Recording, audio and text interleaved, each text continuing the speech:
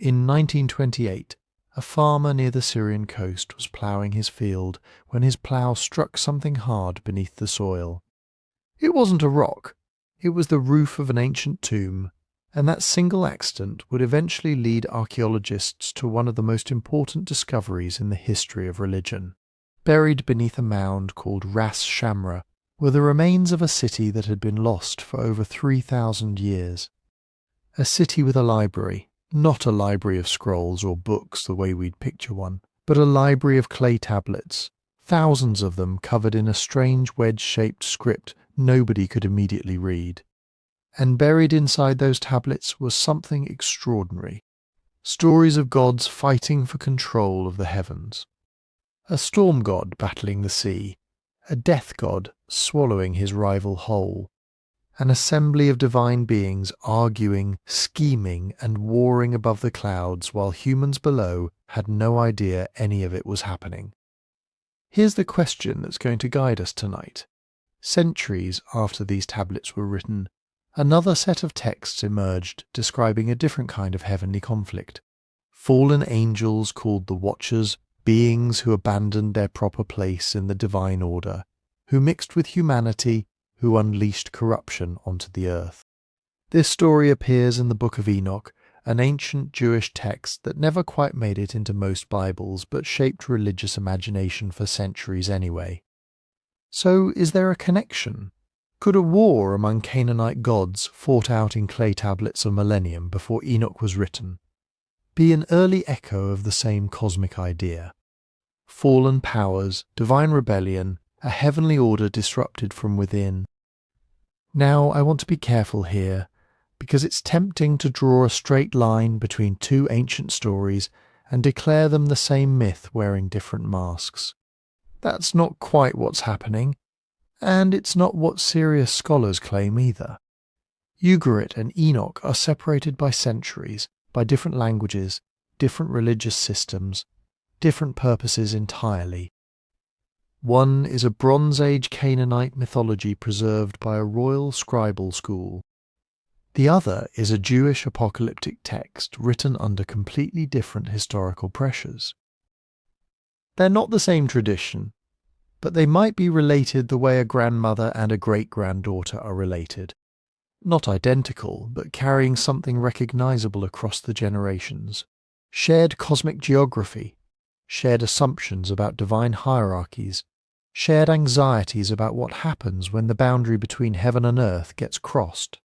Tonight, we're going to move through this slowly. We'll start with the discovery itself. The mound, the tablets, the language nobody could read until they could. Then we'll walk carefully through the mythology itself. The gods, the battles, the palace on the mountain, the death and the mourning and the eventual return. After that, we'll turn to Enoch and ask what, if anything, connects these two visions of divine conflict separated by so much time and so much history. There's no rush here. This is the kind of story that rewards patience, the kind you can let wash over you slowly as the night goes on. Before we go further, tell me where you're listening from and what time it is right there for you. I genuinely love reading through the comments in the morning. Someone in Lisbon at midnight, someone in Manila at sunrise, all listening to the same story at completely different moments. It's a small thing, but it makes this feel like something shared, rather than something solitary. And if you're enjoying these long, slow journeys through history, the best way to support what we're doing here is to follow the show on Spotify. Listen there when you can, and if you're willing, leave a 5-star review. It genuinely helps more than you'd think, and the link is right there in the description whenever you're ready. Now, let's go back to that mound in Syria, and the moment a farmer's plough uncovered a lost civilization. Let's slow down and actually sit inside that moment for a second, because the discovery itself deserves more than a passing mention. It's 1928 on the northern coast of Syria, near a small bay called Mineh el-Beida, the White Harbour.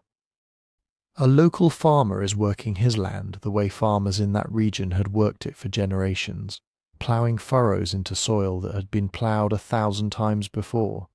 And then his plough catches on something. Not a stone, not a root, something with edges too regular to be natural. He digs down and finds himself looking at the roof of a tomb, an old one built from carefully fitted stone in a style nobody in that farming village had ever used. Word travels fast in small communities, and it wasn't long before French archaeologists, who were already working in the region under a colonial mandate, heard about the strange tomb near the coast and came to take a look. What they found at first seemed modest enough. A burial chamber, some artefacts, the kind of thing that gets logged, catalogued, and quietly filed away in a museum basement. But archaeologists have a habit of asking one more question than they need to, and that habit paid off here in a spectacular way. Because just a short distance inland from that tomb sat an enormous mound, a tell, as archaeologists call it, a hill built up over centuries by the collapsed and rebuilt layers of human settlement, stacked on top of each other like the pages of a book nobody had opened in 3,000 years. The mound was called Ras Shamra, which means something like Fennel Hill in Arabic, named for the wild fennel plants that grew across its slopes. Nobody suspected that beneath those fennel plants was an entire lost city, one of the most important cities of the ancient Mediterranean world, sitting there quietly, waiting. Excavation began the following year, in 1929, led by a French archaeologist named Claude Schaeffer. And almost immediately the team realized they weren't dealing with some minor regional settlement. They were uncovering the remains of a genuine Bronze Age metropolis, layered with the ruins of a royal palace, multiple temples, private houses belonging to wealthy merchants and scribes, workshops, storage facilities, streets laid out with real urban planning. This was not a village, this was a city that had once mattered, a city with money, with power, with connections stretching in every direction across the ancient world. And that's exactly what the archaeological evidence started to show as digging continued. Ugarit, as the city turned out to be called, once its own inhabitants' writings could finally be read, sat at an extraordinarily convenient location on the Mediterranean coast. It had a natural harbour, protected waters, easy access to shipping lanes that connected it to nearly every major power of the Late Bronze Age. Egyptian goods showed up in its ruins. So did Hittite artifacts from Anatolia in what's now Turkey. Mesopotamian influence was everywhere in its religious texts and administrative practices. Cypriot pottery turned up by the crate load, evidence of a thriving trade relationship across the water. Ugarit wasn't isolated. It was a hub, a crossroads city where merchants, diplomats and travellers from radically different civilizations crossed paths, did business, and probably argued over exchange rates in at least 4 different languages. Think about what that actually means for a city in the 2nd millennium before our era. This wasn't some backwater. This was a place wealthy enough, connected enough, and important enough that the great powers of the ancient world all had reason to deal with it directly. Egyptian pharaohs corresponded with its kings. Hittite emperors considered it valuable enough to fight over politically, if not always militarily. Ugarit sat right at the intersection of the era's major civilizations, absorbing influence from all of them while still maintaining its own distinct culture, its own gods, its own stories about how the world worked. And as Schaeffer's team kept digging, they uncovered the physical structure of that culture in remarkable detail. There was a royal palace, a genuinely impressive one, with dozens of rooms, courtyards and storage areas, clearly the seat of a ruling dynasty with real administrative reach. There were temples, including ones dedicated to the storm god Baal and to the high god El, structures built with the kind of investment that tells you religion here wasn't a private hobby. It was civic infrastructure, deeply woven into the identity and function of the city itself, and scattered throughout the site, in the palace, in the temples, and remarkably in the private homes of individual families. Archaeologists kept finding tablets. thousands of them eventually. Clay tablets covered in a wedge-shaped script, pressed into wet clay with a stylus, and then baked or dried until the words were essentially locked in place forever. This is really the detail that separates Ugarit from so many other archaeological sites. It's one thing to find a beautiful palace or an impressive temple. Ancient civilizations left behind plenty of both. But finding a written archive, an actual library's worth of texts describing not just administrative records and trade agreements, but religious mythology, ritual instructions, poetry and stories about the gods themselves. That's genuinely rare. Most ancient religious traditions come down to us second-hand, filtered through later writers, translated and reinterpreted by cultures that didn't necessarily share the original beliefs. Ugarit gave archaeologists something closer to a direct transmission. Words written by people who actually worship these gods, describing their mythology in their own language, preserved not through oral tradition passed down for centuries, but through physical clay tablets that had simply been sitting in the ground since the city fell. And that raises an obvious question. Why were they still there? Why hadn't these tablets been lost, scattered, destroyed, or carried off the way so much ancient writing eventually was? The answer, as unsettling as it sounds, is that Ugarit's destruction is exactly what saved it. Sometime around 1200 years before our era, in the final chaotic decades of the Late Bronze Age, Ugarit was destroyed. This was a period of tremendous upheaval across the entire eastern Mediterranean world, a time when major civilizations that had stood for centuries suddenly collapsed in the span of just a few generations. Historians still debate exactly what caused it.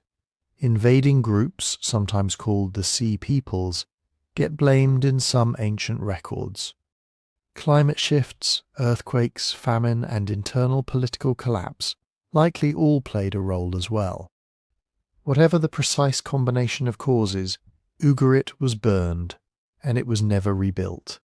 Its people scattered or died, its palace and temples collapsed into rubble, and its archives, instead of being carefully preserved or copied for future generations, were simply buried under the debris of the city's own destruction. That destruction sealed everything in place. The tablets weren't damaged by fire so much as they were essentially baked further by it, hardening the clay and helping preserve the writing rather than destroying it.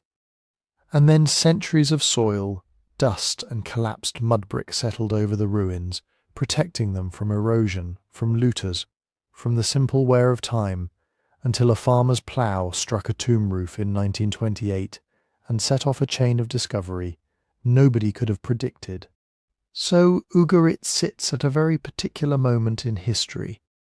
The final flourishing century of the Late Bronze Age, a wealthy, cosmopolitan port city, deeply connected to Egypt, Anatolia, Mesopotamia and Cyprus, right before the entire system that supported cities like it came crashing down. And buried in its ruins, waiting patiently for over 3,000 years, was a script nobody could read yet, describing gods nobody remembered anymore. That's where our story picks up next, because before anyone could understand what these tablets were actually saying, someone first had to figure out how to read them at all. The first thing scholars noticed was that the writing looked familiar, and completely wrong. It was cuneiform, or at least it appeared to be. The signs were made from wedges pressed into clay with a reed stylus, just like the writing systems of Mesopotamia. For more than 2,000 years, scribes in cities like Babylon, Asherah, and Nineveh had used wedges to record everything from temple offerings to royal victories to stories about gods and floods and kings who refused to die. So when the tablets from Ugarit came out of the ground covered in neat rows of tiny wedge marks, archaeologists had a reasonable first guess. They assumed this was another form of the great Mesopotamian scribal tradition. But then they started counting. Mesopotamian cuneiform was not an alphabet. It was a huge and complicated system, built from signs that could represent whole words, syllables, ideas, or sometimes several different sounds depending on context. A skilled Babylonian scribe had to master hundreds of signs, along with a frightening number of alternate readings. One sign might mean a word in Sumerian, a syllable in Akkadian, and something else entirely when placed beside another sign. It was powerful, flexible, ancient, and not especially forgiving to beginners. The Ugaritic tablets did not work like that. Instead of hundreds of signs, the unfamiliar script seemed to have only around 30. 30 signs. That is the kind of number that makes a decipherer sit up straight. It suggested not a system of words and syllables, but something much simpler and, in its own way, much more revolutionary. An alphabet. Imagine the surprise. Here were clay tablets written with the visual technology of Mesopotamia, those old wedge-shaped marks that seemed to belong to palace archives and temple schools on the Euphrates. But underneath that familiar appearance was an alphabetic script. The scribes of Ugarit had taken the physical method of cuneiform writing and used it for a very different kind of system. They were not writing hundreds of syllables. They were using individual signs to represent the basic sounds of their language.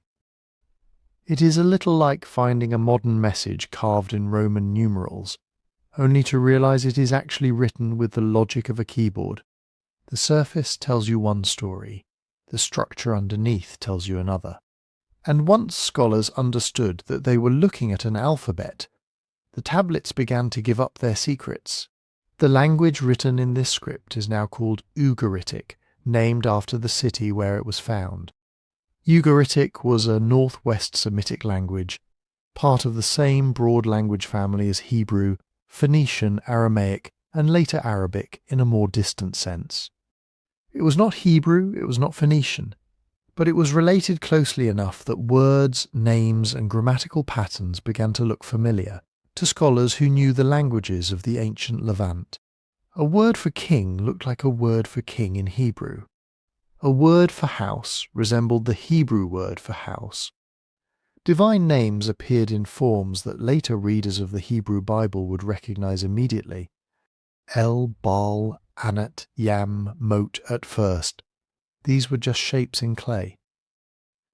Then they became sounds, then words, then fragments of sentences, and eventually entire worlds. The decipherment did not happen all at once. It was more like assembling a shattered window from thousands of pieces, where some fragments have letters, some have only edges, and some belong to a design nobody has seen before. Scholars compared repeated signs.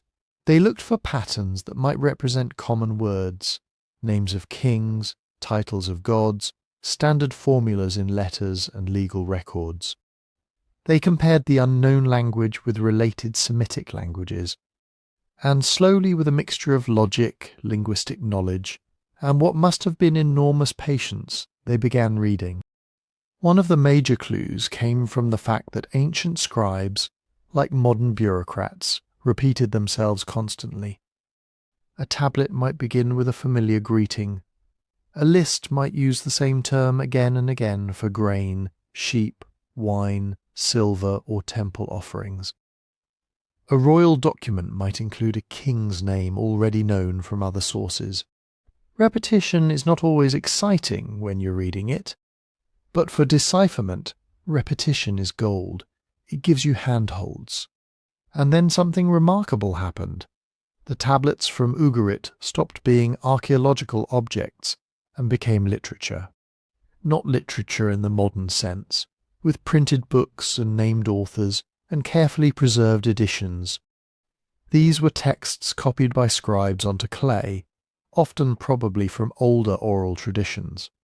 Some were ritual texts telling priests what offerings to bring and when. Some were letters, contracts, inventories, school exercises, and diplomatic records. But some were myths, poems, narratives about the gods who ruled the world, fought one another, built palaces, descended into death, and struggled over the boundaries of order itself. For the first time, modern readers could hear the religious imagination of an ancient Canaanite city speaking in its own voice. Not perfectly, of course. Never perfectly. This is where it helps to slow down, because there is a temptation whenever an ancient text is deciphered to imagine that the past has suddenly become clear, as if someone opened a door, switched on a light, and there it was, the complete belief system of Ugarit, neatly arranged and ready for us to understand. But ancient tablets do not work that way, especially tablets that spent more than 3,000 years buried beneath a destroyed city. Many are broken, some survive only as small fragments, a few lines at most. Others have their beginnings, but not their endings.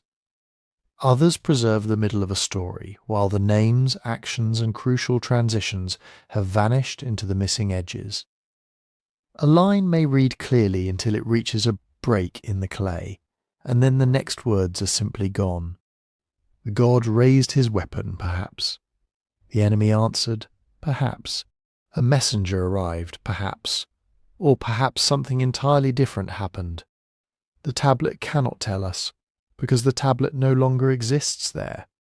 Even where the clay survives, the signs are not always certain. A wedge may be chipped, a corner may be worn away. A scribe may have written quickly, or used an unusual spelling, or made a mistake and corrected it.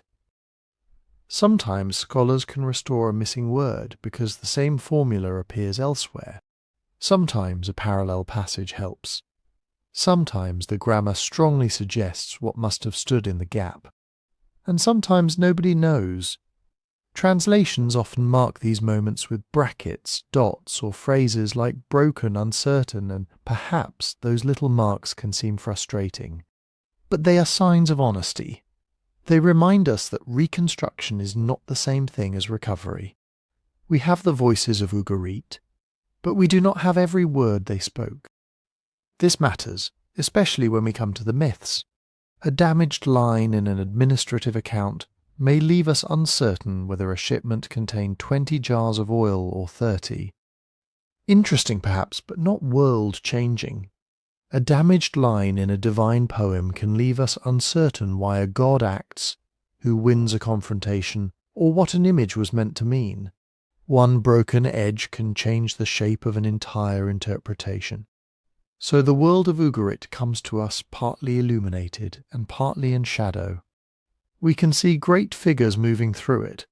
We can recognize their names, their rivalries, their homes, their powers. But there are always missing rooms in the house, corridors that end in rubble, sentences that trail off just when they seem about to explain everything. Still, what survives is extraordinary, because the Ugaritic alphabet gave the city a way to write its own language in a compact, adaptable script. And because clay, once dried and buried, can outlast wood, leather, parchment, and memory, that writing survived the destruction of the city itself. The palace fell, the temples burned, the merchants and priests and scribes disappeared into history. But their wedge-shaped alphabet remained, pressed into clay, waiting for someone thousands of years later to realize that these were not just tablets. They were a doorway. And beyond that doorway was a divine assembly, an old high god, a storm lord hungry for kingship, a sea that demanded obedience, and a death power waiting below the earth. But before we enter that divine assembly, there is something important to understand. The Ugaritic tablets are not one book.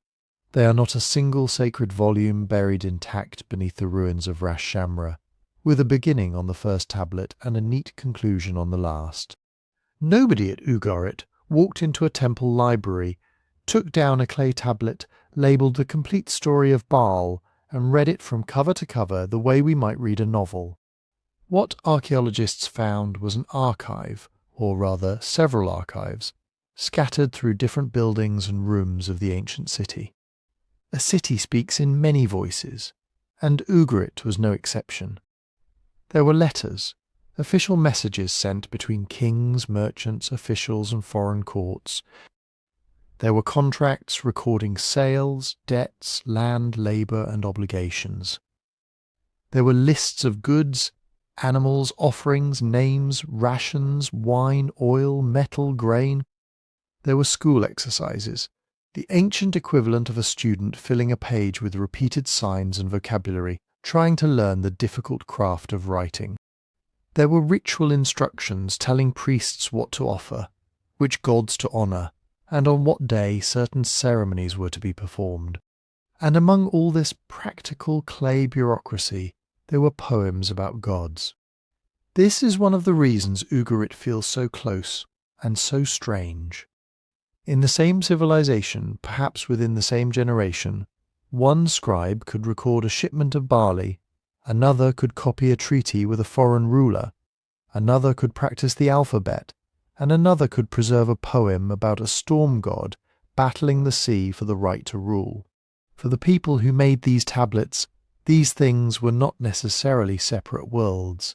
Politics, trade, ritual, family, farming, kingship, weather, death, and divine conflict were all woven together. If rain failed, that was not merely an agricultural problem. It could be understood as a disturbance in the balance of the cosmos. If a king made an alliance, the gods might be invoked as witnesses. If sacrifices were offered at the proper time, this was not just a private religious act. It was part of maintaining order in a city whose survival depended on harvests, diplomacy, and the favour of powers far larger than any human ruler.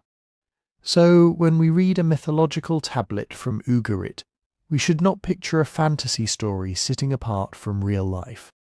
These poems belong to a world where stories about the gods could shape how people imagined authority, danger, justice, fertility, and the terrifying uncertainty of the seasons. The most famous of these mythological texts are usually gathered together under a modern name, the Baal Cycle. That name is useful. It gives scholars and readers a way to talk about a connected group of tablets centered on Baal, the storm god. But it is also a modern convenience. The ancient tablets themselves do not arrive with a title page saying, The Baal Cycle, Volume 1. They do not always tell us where one story ends and another begins. Some are damaged. Some preserve only a section of a larger composition. Some may have been copied separately even if they belong to a broader sequence. Modern editions arrange them. Scholars give individual tablets labels. They identify scenes and episodes. Baal and Yam, Baal's palace, Baal and Mot. These titles help us find our way through the fragments. But they are our signposts, not necessarily the ancient ones. Think of it like discovering pages from an unknown library after a building collapse. One page tells of a king's command, another gives a ritual calendar. Another contains a poem, another repeats a list of syllables written by a student. Some pages clearly belong together, others might, some may have been copied centuries apart, and every page is broken at the edges. You can build a map from what remains. But you must not mistake the map for the landscape. The Baal Cycle, as scholars commonly reconstruct it, tells of Baal's struggle to establish his place among the gods. He confronts Yam, the sea, a force of untamed waters and dangerous power. He receives magnificent weapons made for divine war. He seeks a palace worthy of his authority. And later he faces Mot, death, whose realm reaches beneath the fertile world of rain and harvest. It is dramatic material, a storm god fighting the sea, claiming kingship, building a house on the holy mountain, and descending into the reach of death. It has the scale of a cosmic war, and yet it survives not as one smooth epic, but as a collection of clay tablets with missing corners, uncertain lines, and scribal notes at the end. Several of the major tablets are associated with a scribe named Illuminate. His name appears in colophons, those short statements scribes sometimes placed at the end of a text. A colophon might identify the person who wrote or copied the tablet, sometimes along with his family connection or his role in royal service. Ilimilku seems to have been an important court scribe, active in the Late Bronze Age city of Ugarit. His name is linked to several of the great mythological compositions, including tablets connected with the Baal stories. That does not mean Ilimilku invented Baal. The stories were probably older than anyone's scribe. They may have circulated orally for generations, changed by performers, priests, and storytellers, then copied and shaped in written form. Ilimilku may have been a composer, an editor, a copyist, or some combination of all three. Ancient scribal work did not always fit the modern categories of author, publisher, and librarian. But his presence matters. It reminds us that these myths were written by human hands. Someone prepared the clay. Someone pressed the wedges into its damp surface. Line after careful line. Someone knew the old divine names, the traditional formulas, the rhythm of the poetry, and the proper way to preserve them in writing. Someone worked within a scribal culture connected to palace administration, education, diplomacy, and ritual life. The poems did not float down from heaven as isolated revelations. They were made, copied, handled, stored, and perhaps performed in a living city. And that brings us back to the archive. It can be tempting to take a line from a myth and pull it free from everything around it. To quote a God's speech as if it were a simple statement of doctrine, to see a familiar biblical word or an image that resembles a later tradition, and immediately declare that we have found the source of some much later belief. Sometimes comparisons are illuminating. Ugaritic is extraordinarily valuable for understanding the religious language of the ancient Levant. Its poems preserve divine names, images, and patterns of thought that appear, in altered forms, in neighbouring cultures and later texts. But the tablets have to be allowed to speak from their own world first. A ritual tablet is not exactly the same thing as a myth. A royal letter is not exactly the same thing as a hymn. A school exercise is not exactly the same thing as a temple liturgy. Yet the boundaries can blur. A ritual may include poetic language. A poem may reflect royal ideals. A royal document may invoke gods whose stories were known across the city. The same divine world could appear in a sacrifice list, a personal name, a prayer, and a tale of heavenly conflict. That is why original context matters so much. Where was a tablet found? In a palace room, a temple area, a private house, or a scribal archive? What texts lay near it? Was it stored with diplomatic correspondence, ritual material, administrative accounts, or literary compositions? Was it written in Ugaritic, Akkadian, Hurrian, or another language used in this cosmopolitan city? These questions do not always give easy answers, but they keep us from treating every tablet as if it were a detached quotation from a lost holy book. Ugarit was a port city at the edge of great powers. Ships came and went. Merchants carried goods across the sea. Kings negotiated with Egypt, Cyprus, the Hittite Empire, and cities throughout Syria and Mesopotamia. Scribes learned more than one language. Priests served more than one divine tradition. The archive reflects this complicated world, and within that world, the stories of Baal were not only stories of supernatural beings. They were also reflections on power itself. Who deserves a throne? Who controls the rain? Can order overcome chaos? Can life survive the force of death? What happens when a god builds a palace and claims a place among the rulers of heaven? The clay tablets do not answer these questions with a single official theology. They offer poetry, ritual, names, formulas, and fragments. They offer a world that has to be reconstructed slowly. But once we begin to read the fragments together, a pattern emerges. above the human city with its kings and scribes and storerooms full of grain, there is another court, older, stranger, and far more dangerous. At its head sits El, the aged father of the gods. El is not usually the god who rushes into battle. He does not arrive with thunder. He does not seize a weapon, strike an enemy, or send lightning across the sea. In the Ugaritic poems, those are more often the actions of Baal, the younger storm god whose victories and failures drive much of the drama to come.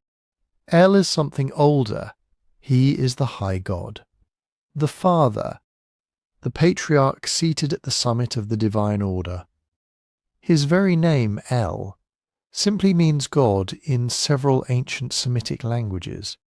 That can make things confusing for modern readers. Sometimes a word that looks like a general word for deity is also the proper name of a particular god. But at Ugarit, El is unmistakably a distinct figure. He is not just any god. He is the senior god, the one at the head of the household of heaven. The poems give him titles that suggest strength, age, and authority. He is called the Bull El, an image that does not necessarily mean he looked like an animal, but that he possessed the force, fertility, dignity, and patriarchal power associated with the bull in the ancient Near East. He is called Father of Years, Father of Humanity, Creator of Creatures, in some interpretations of the texts. He is a source of legitimacy, a figure whose approval matters even when younger gods struggle for influence. Think of him as the old king at the centre of a vast and complicated family. Not retired, not powerless, but not always the one doing the fighting. Around El gathers an assembly of divine beings. In Ugaritic texts, the gods can be described as the sons of El or as members of El's household. The language is familial, but it is also political. These are not merely children gathered around a father's table.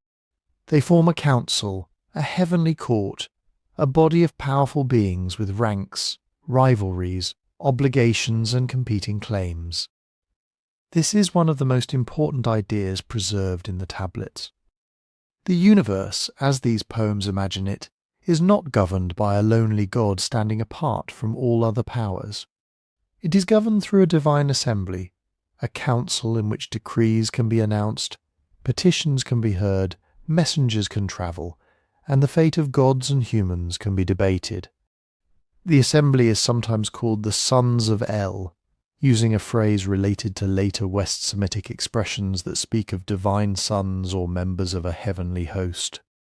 But we should slow down here because this is where ancient texts can become too familiar too quickly.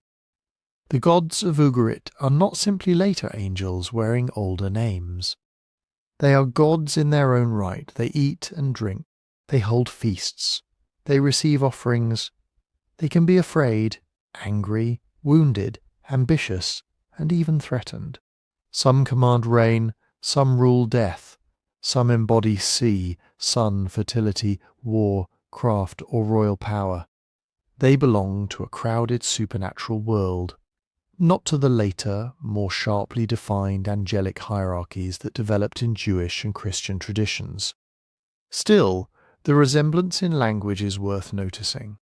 Later biblical texts occasionally picture a heavenly council. There are scenes of divine beings standing before God. There are references to sons of God, heavenly hosts, messengers, princes of nations, and beings who participate in a celestial court. The details vary enormously from one text to another, and centuries separate many of these writings from the Ugaritic tablets. But Ugarit gives us a valuable window into the older West Semitic world from which some of this language emerged. Not a blueprint, not a direct script for later angelology. More like an old landscape beneath a newer city. The later buildings are not identical to what came before. They may have different walls, different rulers, different meanings, but sometimes far below the streets, the foundations still reveal the shape of an earlier world. At Ugarit, El's authority is expressed not only through titles, but through location. The gods do not govern from nowhere. They have a dwelling place, a mountain, a tent, a court at the edge of the ordered world. In some Ugaritic passages, El is associated with a remote sacred place, near the sources of the rivers and the springs of the deep. This is strange and beautiful imagery. The high god sits at a place that is somehow both elevated and hidden, both mountain and cosmic frontier. He is near the origins of water, where rivers begin, and the underground deep rises toward the world. To ancient people living in a land where rain could determine survival, the sources of water were not ordinary geography. Springs, rivers, clouds, sea, and underground depths belonged to the hidden machinery of life. A god who dwelt near the sources of the rivers stood close to creation itself, close to the boundary where the visible world met the unknown. El's dwelling is also described in language of a tent or pavilion.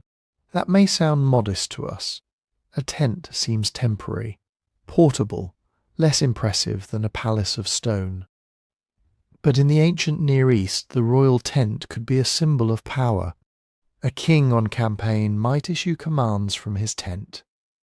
A patriarch's tent was the centre of his household. A divine tent could be imagined as a sacred royal residence, a place of assembly where decisions were made and visitors approached with caution. This is not a quiet family home, it is a throne room under a canvas of heaven. The divine assembly gathers there, messengers arrive there, decisions made there echo outward into the world below. A god's status can be recognized there, challenged there, or denied there. If Baal wants true authority, it is not enough for him to be strong. It is not enough for him to defeat an enemy in open combat. He must have a recognized place within this heavenly order. And El, seated at its head, matters because he can grant or withhold legitimacy. The poems do not always portray him as perfectly decisive. At times, El seems distant. At times, he responds to pressure from other gods. At times, his decisions appear to open the way for dangerous powers. This makes the divine world feel less like a simple chain of command, and more like an ancient royal court, full of ceremony, rivalry, persuasion, and tension. There is a reason the language of household and kingship is so closely joined. In the world of Ugarit, a household was not just parents and children. It included servants, dependents, messengers, estates, livestock, inheritance, labour, and authority. To call the gods El's children, or household members, was to place them within a structure of power. El was father, yes, but he was also lord of the family estate of heaven. And the estate was enormous. Above was the realm of cloud and star. Below was the human city, its fields waiting for rain, its ships crossing dangerous waters, its kings making treaties and sacrifices. Beneath all of this lay the depths, the sea, the underworld, the place of death, the hidden roots of rivers and mountains. The assembly of the gods stood at the centre of this cosmic map. But a council is rarely peaceful for long. Among the gods gathered before El was Baal, the lord of storm and rain. And Baal was about to discover that in heaven, as on earth, power is never simply handed over. Baal was not the oldest god in the assembly. He was not the father of the gods. He was not the quiet authority seated near the sources of the rivers, receiving petitions in the distant court of El. Baal was movement. He was the darkening sky before a storm, the sudden wind bending trees toward the ground, the crack of thunder rolling across the hills, the flash that lit the horizon for one impossible second, making the whole world visible and then dark again. In the Ugaritic texts, Baal is the storm god. His name Haddu, or Hadad, in related traditions, is connected with the great weather god known across much of the ancient Near East. At Ugarit, Baal is often simply called Baal, meaning Lord. But this was not a vague title. Everyone knew which Lord was meant, the Lord who brought rain. And in the Levant, rain was not just pleasant weather. It was survival. Picture the landscape around ancient Ugarit. Along the coast, the soil could be productive.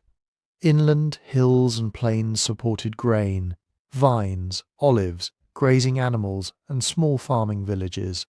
But much of this depended on seasonal rainfall. There were rivers, springs, wells, and streams, of course. Yet unlike Egypt, with the predictable flood of the Nile, much of the Levant lived under a more uncertain rhythm. The rains had to come. If they arrived at the right time, seeds sprouted. Barley and wheat rose from the earth. Sheep and goats found pasture. Grapes ripened. Olive trees endured another year. Granaries filled. Families ate. Kings collected taxes. Temples received offerings. Trade continued. If the rains failed, the whole system began to tighten. Fields became dust. Herds weakened. Prices rose. Debts multiplied. Parents watched stored grain disappear one handful at a time. A drought was not an abstract environmental problem. It was hunger moving through a city, a village, a household. So when the people of Ugarit imagined Baal riding through the sky, they were not imagining a decorative god of weather reports. They were imagining the force that opened the heavens. One of Baal's great titles is Rider of the Clouds. It is a beautiful title, but it is also a powerful one. To ride the clouds is to command the highest visible realm. A human king rides a chariot over roads and battlefields. Baal rides the storm front itself. His chariot is the rolling mass of cloud. His voice is thunder. His weapons are lightning and rain. The poetry makes nature feel alive because, for the people who first heard it, nature was alive with consequences. The cloud did not merely pass over a field, it carried the possibility of bread. Thunder was not merely noise, it announced that the Lord of Fertility might be near. And Baal's power reaches beyond rain alone. He is linked to abundance, growth, and the returning life of the land. This does not mean that every plant was thought to be a tiny piece of Baal, or that the Ugaritic people had one simple nature religion. Ancient religion was more complicated than that. Fields depended on labour, soil, animals, seasons, irrigation where possible, family cooperation, and sheer luck. But divine power was understood to stand behind the fragile order that made all of this possible. Baal mattered because he represented the necessary victory of life over barrenness. At least, the victory that everyone hoped would come. But here is where the Ugaritic stories become much more interesting than a simple tale about a mighty storm god. Baal is powerful, extremely powerful. He can shake mountains. He can send rain. He can defeat enemies. He can make other gods tremble. Yet when the poems begin, he is not simply the unquestioned king of heaven. That role belongs, in a deeper and older sense, to El. Baal has force, El has seniority, Baal has the storm.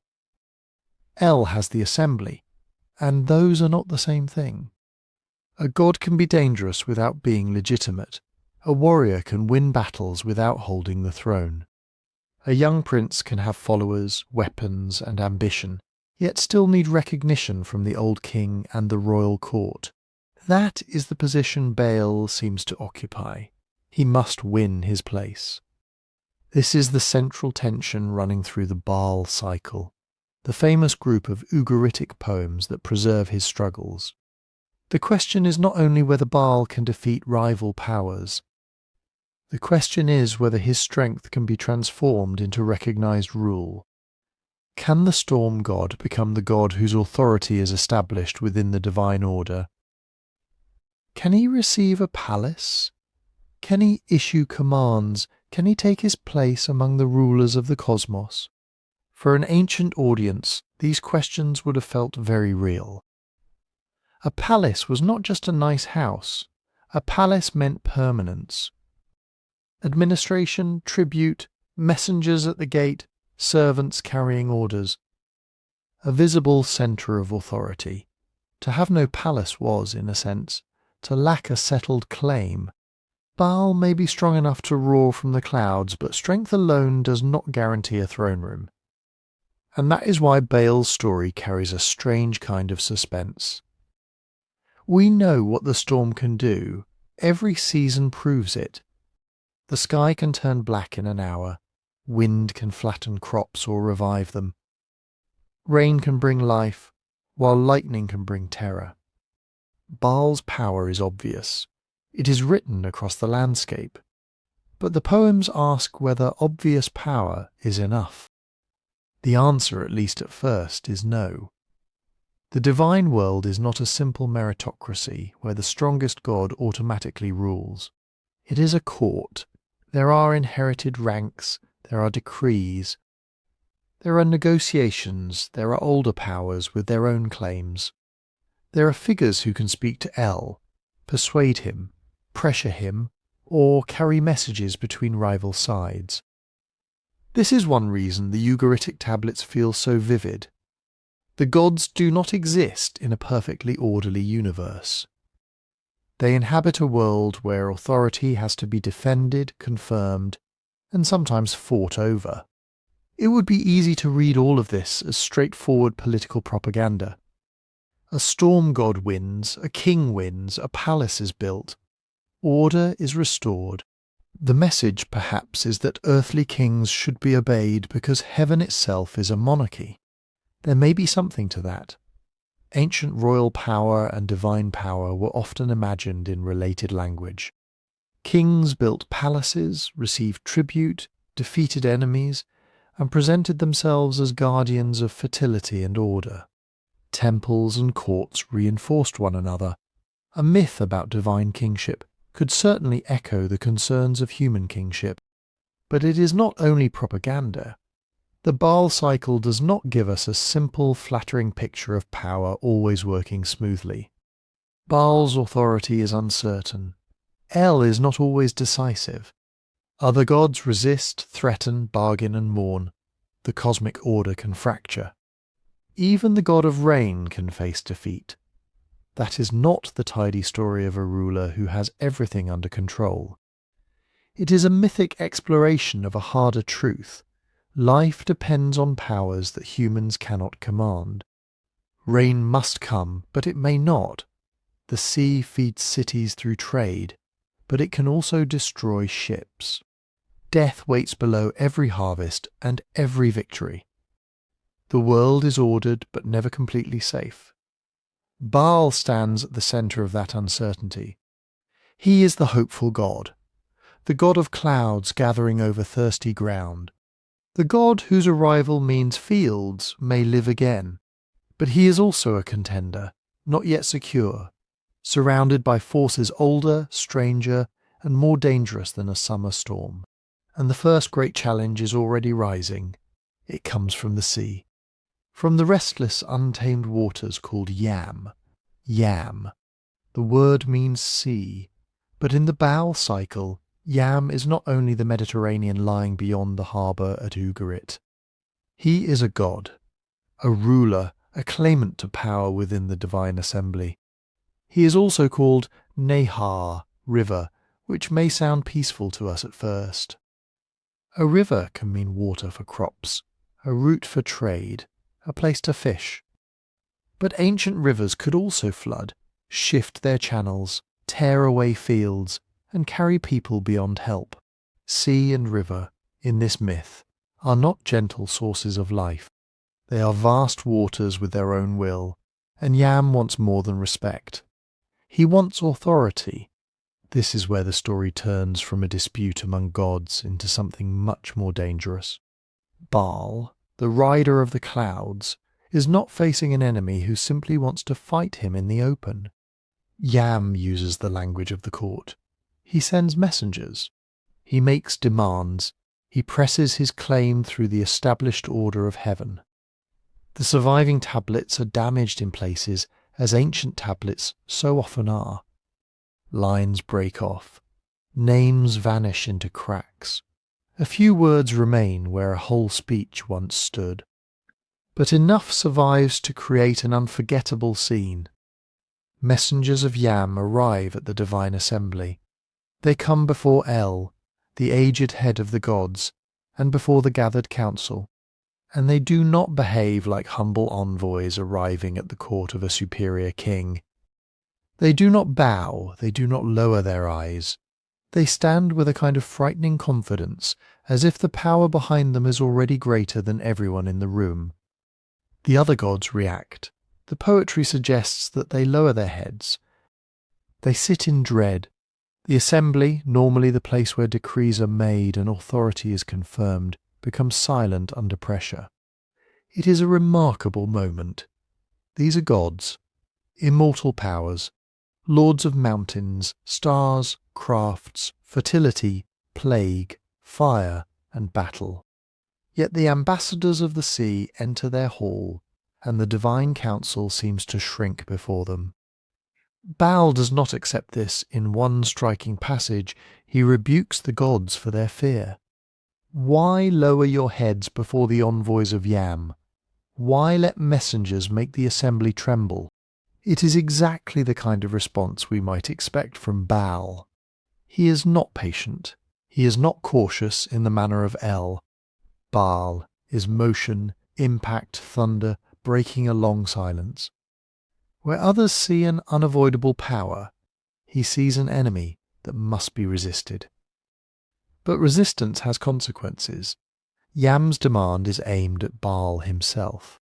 The exact wording is difficult because the text is incomplete, and translations differ in their details. But the meaning is clear enough. Yam seeks control over Baal. He demands that Baal be handed over, that the storm god become subordinate to him, perhaps even his servant or captive. Think about what that would mean. If Yam rules, Baal does not. The god who brings rain, who opens the clouds and renews the fields, would stand beneath the sea. The storm would be contained. The life-giving force of the heavens would be forced to submit to the deep, restless waters. And for people living on the coast of the eastern Mediterranean, this was not merely an abstract theological problem. The sea was beautiful. It was also dangerous in a way that could not be ignored. Ugarit was a trading city. Ships linked its people to Cyprus, Egypt, Anatolia, the Aegean world, Mesopotamia, and ports, whose names are now lost. Through the sea came copper, timber, luxury goods, pottery, ideas, languages, visitors, and wealth. The sea made Ugarit connected. But every ship that left harbour entered a world no king could control. A sudden storm could scatter a fleet.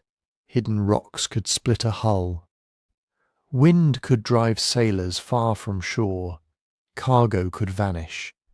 Men could vanish. A family waiting at the harbour might never learn what happened beyond the horizon. Even the familiar coast could become terrifying. Winter storms threw waves against the shore. Floodwaters surged through channels. Salt water could destroy fertile ground. The sea did not plant grain. It did not respect field boundaries. It did not arrive gently and leave when asked. So when Yam appears as a threatening divine power, he is not just a metaphor for chaos in the modern literary sense. He is chaos, but chaos understood as something people could encounter directly. A storm at sea, a river in flood, the dark water below a ship. The horizon that promises trade and disaster in equal measure. This is one of the ways ancient myths work. They do not begin with a neat symbolic equation, where sea equals danger and storm equals hope. They begin with real experiences. Water gives life. Water destroys life. The same sea that brings a merchant vessel home can swallow another vessel before dawn. The same rain Baal sends can nourish crops or become a violent flood. The gods give these unstable realities faces, voices, alliances, and ambitions. And Yam's ambition belongs to a much wider pattern across the ancient Near East. Again and again, old stories from the region imagine a great conflict between a god associated with order, kingship, storm or creation, and a watery power associated with the untamed deep. In Babylonian tradition, the god Marduk battles Tiamat, the primordial sea. In Hittite stories from Anatolia, storm gods struggle against serpentine and watery enemies. Egyptian traditions knew the dangerous sea serpent Apophis, who threatened the solar order night after night. Later biblical poetry sometimes speaks of the sea, the deep or sea monsters, as powers only the high god can master. The similarities are real, but that does not mean the Ugaritic story is simply copying one myth from another. Ancient cultures traded goods, travelled, fought, intermarried, borrowed words, and listened to each other's stories. Ideas moved across borders. Certain images were powerful enough to appear again and again. The storm god, the dragon, the sea, the mountain, the royal palace, the battle that establishes order. But Ugarit gives us its own cast of characters, its own El, seated at the head of the assembly, its own Baal, ambitious and not yet secure, its own Yam, pressing his claim through messengers and decrees, its own drama, where the question is not just how the world began, but who will rule it now. And that question is becoming impossible to avoid. The assembly has been intimidated. Yam's envoys have spoken. Baal has been named as the one who must submit. For a moment, heaven itself seems to hesitate. Then Baal begins to move from anger toward action, because there are demands that can be negotiated, and there are demands that make war inevitable. War is inevitable, but Baal does not rush straight from anger into battle. Before the storm god can face Yam, he needs something more than courage. He needs weapons. And in the world of the Ugaritic tablets, weapons worthy of a god are not simply found lying on a battlefield. They must be made by a god who understands making itself. His name is Kothar Wakasis. The name is often translated as skillful and wise, or clever and wise. It tells us almost everything about his role. Kothar is the divine craftsman, the inventor, the builder, the god who can turn raw material into power. He is not introduced as the strongest god in the assembly. He does not command storms, rule the dead, or threaten the world with floods. His power is different. He knows how things fit together. He knows the secret of crafted objects, of tools, structures, devices, and weapons. In later parts of the Baal Cycle, Kothar will build a palace. Here, before there can be a palace, before Baal can claim a throne, there must be a victory. So the craftsman goes to work. It is a quietly important moment in the myth. Baal has strength. He has fury. He has the force of rain and thunder behind him. But even a storm god needs expertise. He needs the work of hands, planning, and knowledge. Divine kingship, the tablets seem to suggest, is not won by brute force alone. It depends on craft. Kothar fashions 2 weapons for Baal. And he does not merely hand them over, he gives them names. This is ancient poetry, so names matter. A named weapon is not just a piece of metal or wood. It has a purpose, a voice almost. It is a force directed toward a particular enemy. The first weapon is called Yagrush. Its name is often translated as driver. The second is called Ayamur. Its name is often translated as chaser. Driver and chaser. They sound less like ordinary clubs or spears than commands made solid. One drives the enemy from his place. The other pursues him until there is nowhere left to run. Kothar speaks to the weapons as he creates them.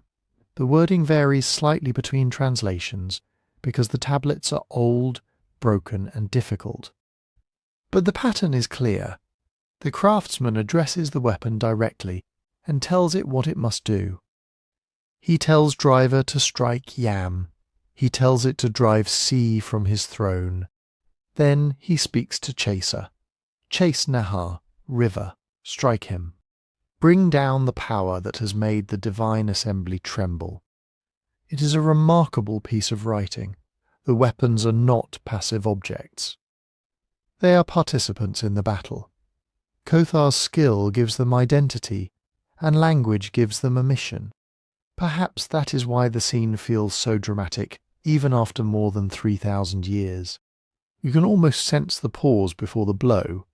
Yam has sent messengers into El's council. He has made demands.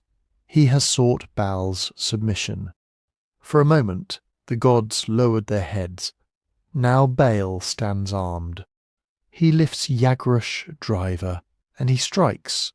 The first blow lands on Yam. But Yam does not fall. This matters. In many later retellings of ancient myths, divine combat can become simple. One god raises a weapon. One monster collapses. Order wins in a single clean moment. The Ugaritic poem gives us something more tense. Baal strikes Yam, yet the sea remains standing. The blow has force, but not enough. Yam absorbs it. The ancient waters do not surrender easily. The danger that threatened heaven is still there. So Baal takes up the second weapon, Ayamor, Chaser. Again the poetry becomes direct and physical. Baal swings the weapon. He strikes Yam. The surviving text describes the blow landing with terrible force, though the precise body part can differ depending on how scholars reconstruct the damaged lines and translate the words around them. Yam is struck in the head, or between the shoulders, or in the chest, in the poetic violence of the scene, and this time he collapses. Sea falls, river falls. The force that demanded Baal's surrender is broken. But even here we should be careful not to make the story flatter than it is. The tablets do not preserve every line of the battle in perfect condition. There are gaps, there are broken edges. Some of the sequence must be reconstructed from what survives. Scholars can be confident about the broad movement of the scene. Kothar makes weapons, Baal uses them, Yam is defeated. Yet some details remain uncertain, like fragments of a thunderstorm heard from far away. That uncertainty is part of the atmosphere of Ugarit. We are not reading a polished book, copied and recopied in a complete manuscript. We are listening through cracks in clay. A word survives. A line disappears. Then suddenly a weapon has a name. A god falls, and the whole ancient world seems to shake. What does the battle mean? One possible reading is that Baal's victory represents order overcoming a destabilizing force. Yam is not evil in a modern sense. The sea is not morally wicked. Rivers are not villains because they flood. But Yam represents a power that cannot be contained by ordinary boundaries. He is the sea beyond the harbour, the flood beyond the field, the water that refuses to remain where people need it. Baal, by contrast, is a god of storm and rain. He too is dangerous. A storm can kill, lightning can burn, rain can become floodwater. But Baal's power is also seasonal, agricultural and renewing. Rain falls, grain grows, life returns, so Baal's victory may express a hope that the dangerous forces of the world can be brought into a workable balance. Not destroyed forever, perhaps. The sea still exists. Rivers still rise, but they do not take the throne. This is one reason the story has echoes elsewhere in the ancient Near East. Storm gods fighting sea powers appear in several traditions. The Babylonian god Marduk battles Tiamat. In Anatolian stories, storm gods confront dragons and watery enemies. Later biblical poems can imagine the sea, the deep or sea creatures as forces subdued by the power of Israel's God. The resemblance is real, but caution matters. These stories did not all come from one original script, copied perfectly from city to city. They developed across centuries among cultures that traded, travelled, and shared a broad imaginative world. Sea, storm, mountain, serpent, king, palace, and divine battle were powerful images. Different peoples shaped them into different stories, and Ugarit's version remains distinct. Here, the battle is not only about creating the world from primordial waters. It is about Baal earning the right to rule. He has refused submission. He has received weapons from the divine craftsman. He has struck down the challenger who wanted him bound. But defeating Yam is not the end of Baal's struggle. A warrior may win a battle and still lack a palace. And in the next movement of the tale, Baal will discover that victory is only the beginning of kingship. But what exactly does a victory mean if no one recognizes what it has changed? Baal has defeated Yam. The sea has fallen. The threat has been driven back. The storm god has proved that he cannot be chained, handed over, or made to serve a rival power. And yet Baal still does not have a palace. This may sound like a small problem after a cosmic battle. He has just defeated the sea. Surely a god who can break Yam with a named weapon can build himself a house. But in the world of the Ugaritic tablets, a palace is not just a house. It is a public statement of rank. A king has a palace. A king has a throne room, servants, messengers, a place from which orders travel outward. A king receives tribute there. He holds court there. His authority has walls around it, doors before it, and a permanent place in the landscape. Without a palace, Baal is powerful, but his position remains unfinished. He can win a battle, but can he rule?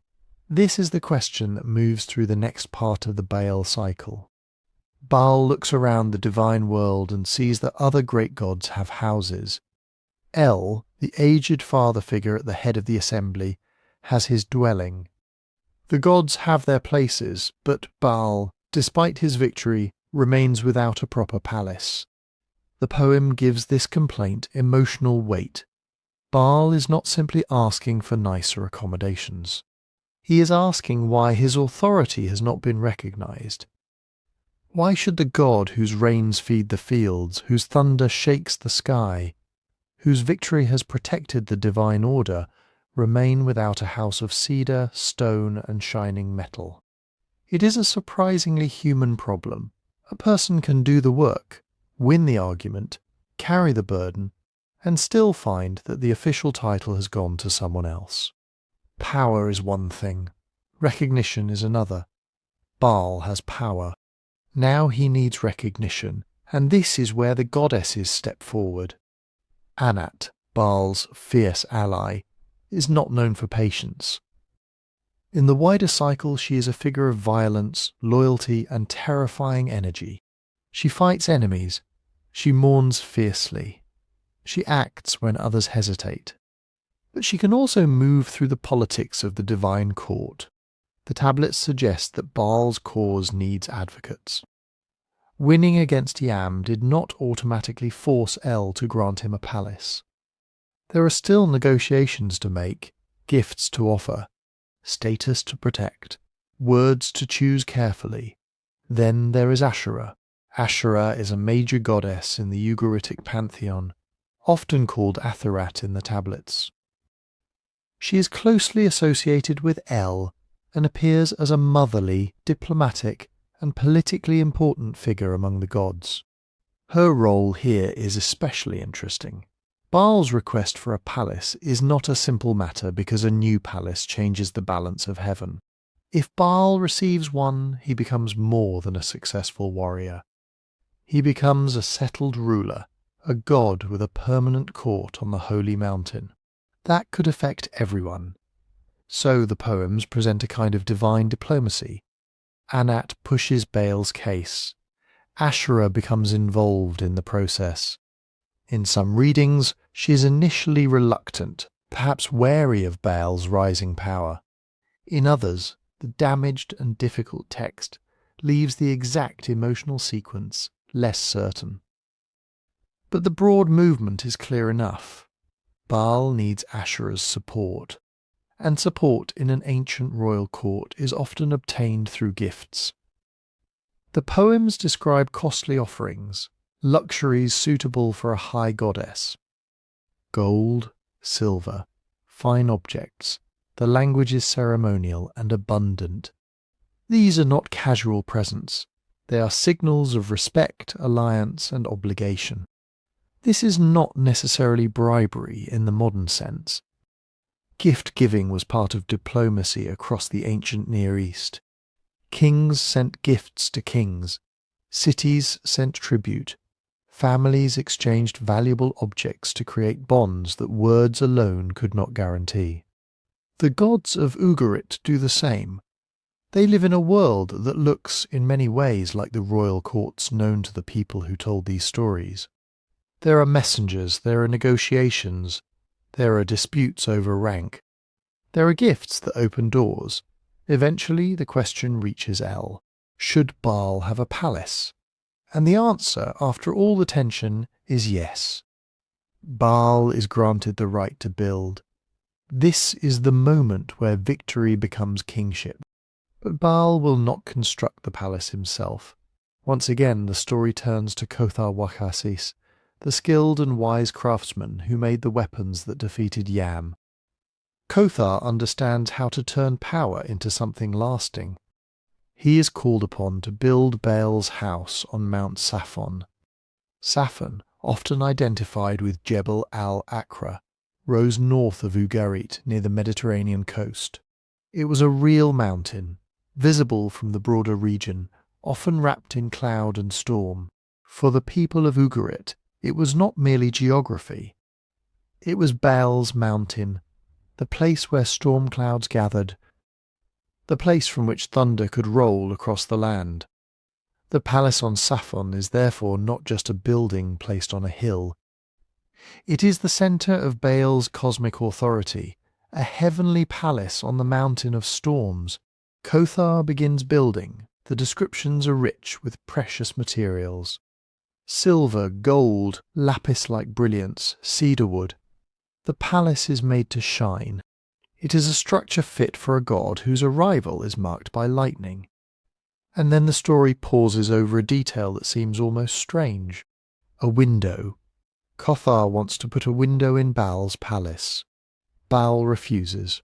At first, he does not want one. Why? The text does not stop and give us a neat explanation. Ancient myths rarely do. They expect their first audience to understand references that are now partly lost to us. Perhaps Baal fears an opening through which enemies might enter. Perhaps a window represents vulnerability in a new palace, especially for a god who has only recently secured his position. Perhaps the image has a ritual meaning that is no longer fully clear. But Kothar insists, a palace needs its opening. And eventually Baal agrees. The window is made, then Baal opens it, and this is no ordinary window. From it, Baal sends out his voice. Thunder rolls, lightning flashes. The earth trembles beneath the sound of the storm god's command. The palace window becomes an opening between heaven and earth. Baal does not merely sit inside his new house, he acts from it. His voice goes out over the world. Rain, thunder, and terrifying power emerge from the mountain palace. It is a beautiful image. The storm clouds gather around Saphon. The sky darkens somewhere above the fields and the sea, beyond ordinary human reach. Baal opens the window of his palace, and the world hears him. This may be why the window mattered so much. A sealed palace would show that Baal had a home, but an open window shows that he has reach. He can send his power outward. He can speak across the heavens. He can make the mountains shake and the clouds release rain. Architecture becomes theology. The palace proves that Baal has been accepted among the great powers of heaven. The window proves that his authority is active. He is not simply a god with a throne. He is the king whose voice moves through the storm. And yet, even now, Baal's kingship is not completely secure. A palace can protect a ruler from disorder outside its gates. It cannot guarantee peace within the universe, because another power is waiting. Not the sea, not the river, something quieter, hungrier, and harder to defeat. Its name is Mot, death. But before Mot speaks from the depths, it is worth pausing over the figures who have already helped shape Baal's rise. Because Baal does not stand alone.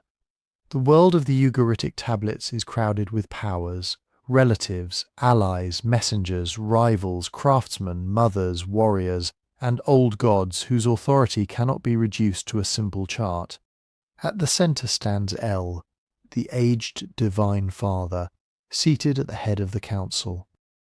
Around him are the gods, sometimes called the sons of El, a heavenly household that looks less like a modern chain of command, and more like a royal court with ancient family tensions. Baal is powerful, but he is not the only power, and among the most important figures around him are two goddesses whose roles are impossible to ignore, Anat and Asherah. They are very different figures. Anat is Baal's close ally, perhaps his sister in the language of the myths, though divine family terms do not always work exactly as they would in an ordinary human genealogy. She is young, fierce, active, and frightening. She fights.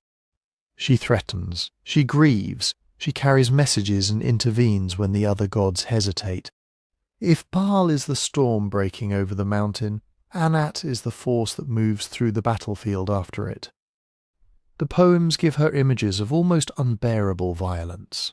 In one famous and difficult passage, Anat is described fighting enemies with a kind of ecstatic fury.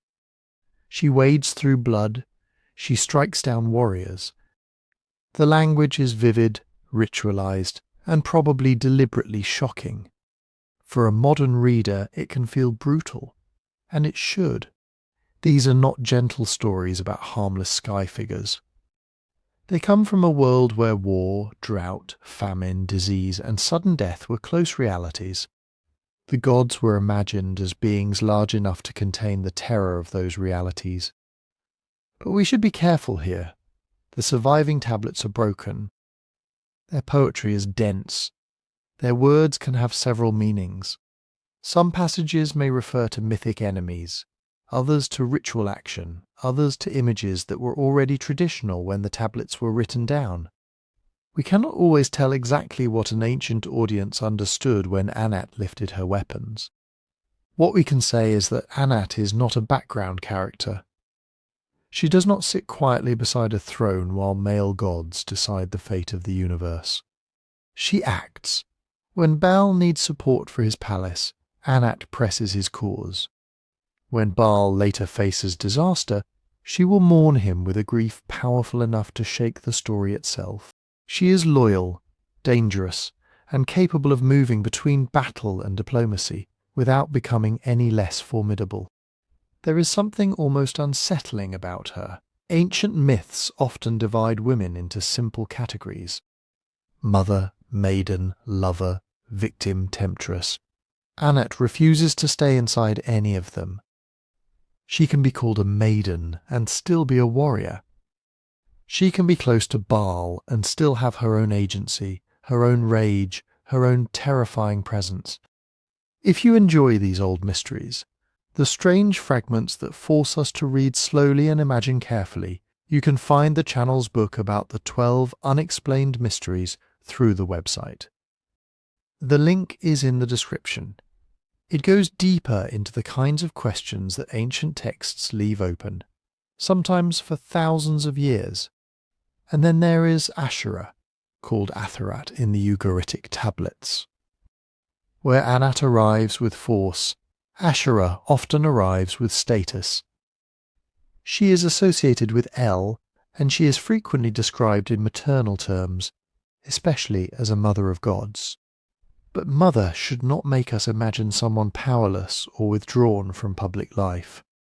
In an ancient royal household, a mother figure could possess enormous influence. She could have access, prestige, allies, wealth, and the ability to shape decisions without holding a weapon herself. Asherah has all of this. She is a great lady of the divine household. She receives gifts, she negotiates, she intercedes. Her support matters because she is woven into the structure of heaven itself. When Baal seeks a palace, the story does not simply show him marching up to El and demanding one. His rise has to pass through relationships. Anat advocates. Asherah is approached, gifts are brought, El's decision waits at the end of a process. That is important. The Ugaritic gods are not arranged in a clean pyramid with one absolute ruler at the top and everyone else mechanically obeying below. El has seniority. He presides over the assembly. His approval matters deeply. But Baal can become the active king of storms. Asherah can influence the direction of divine politics. Anat can transform a crisis through direct action. Kothar can create the weapons and architecture that make kingship possible. Power is distributed. It shifts depending on the problem. A sea god may threaten the world. A storm god may defeat him. But a palace still requires diplomacy. And diplomacy may depend on a goddess whose place in El's household gives her influence no battlefield victory can replace. This is one reason the tablets feel so alive. Their gods are not abstract labels attached to natural forces. They have pride, they have obligations, they need recognition. They form alliances, they carry old grievances, they mourn their dead.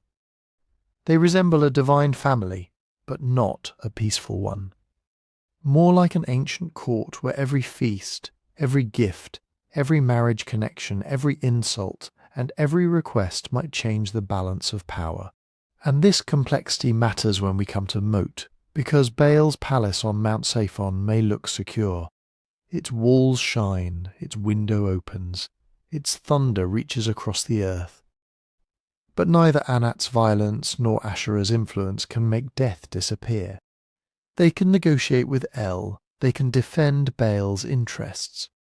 They can grieve and retaliate. But Mot is not simply another rival waiting to be defeated in a fair contest. Mot is hunger beneath the ground, the dry season, the grave, the mouth that opens for every living thing, and soon even Baal, king of clouds and rain, will hear that mouth speak. Mot is not like Yam. Yam was the wild sea, the floodwater, the force that threatened to break boundaries and drag the world back toward chaos. Baal could meet him with weapons. He could strike him down. He could establish order against him. But Mot is something deeper. Mot means death. And in the world of the Ugaritic tablets, death is not merely the quiet ending of one human life. Mot is a divine power. He belongs to the depths, to the underworld, to the dry and devouring forces that wait beneath the surface of the living world. He is hunger when the grain fails. He is drought when the clouds disappear. He is the grave opening beneath kings and farmers, warriors and children, animals and gods. Baal rules the storm. He sends rain, his thunder shakes the mountain. His palace stands on Saphon, high above the earth, with a window through which the weather pours into the world. Mot has no need for a mountain palace. His realm is below. And that difference matters. You can see a storm coming. You can watch clouds gather on the horizon. You can hear thunder before it arrives. But death works differently. It is already present in the soil, in the famine that follows a failed harvest, in the darkness behind the doorway of the tomb. It does not always arrive with noise. Sometimes it waits. Sometimes it simply opens its mouth. And Mot's mouth is one of the most disturbing images in the entire Baal cycle. The surviving poems describe him in the language of appetite. He is not just an enemy who wants territory or tribute.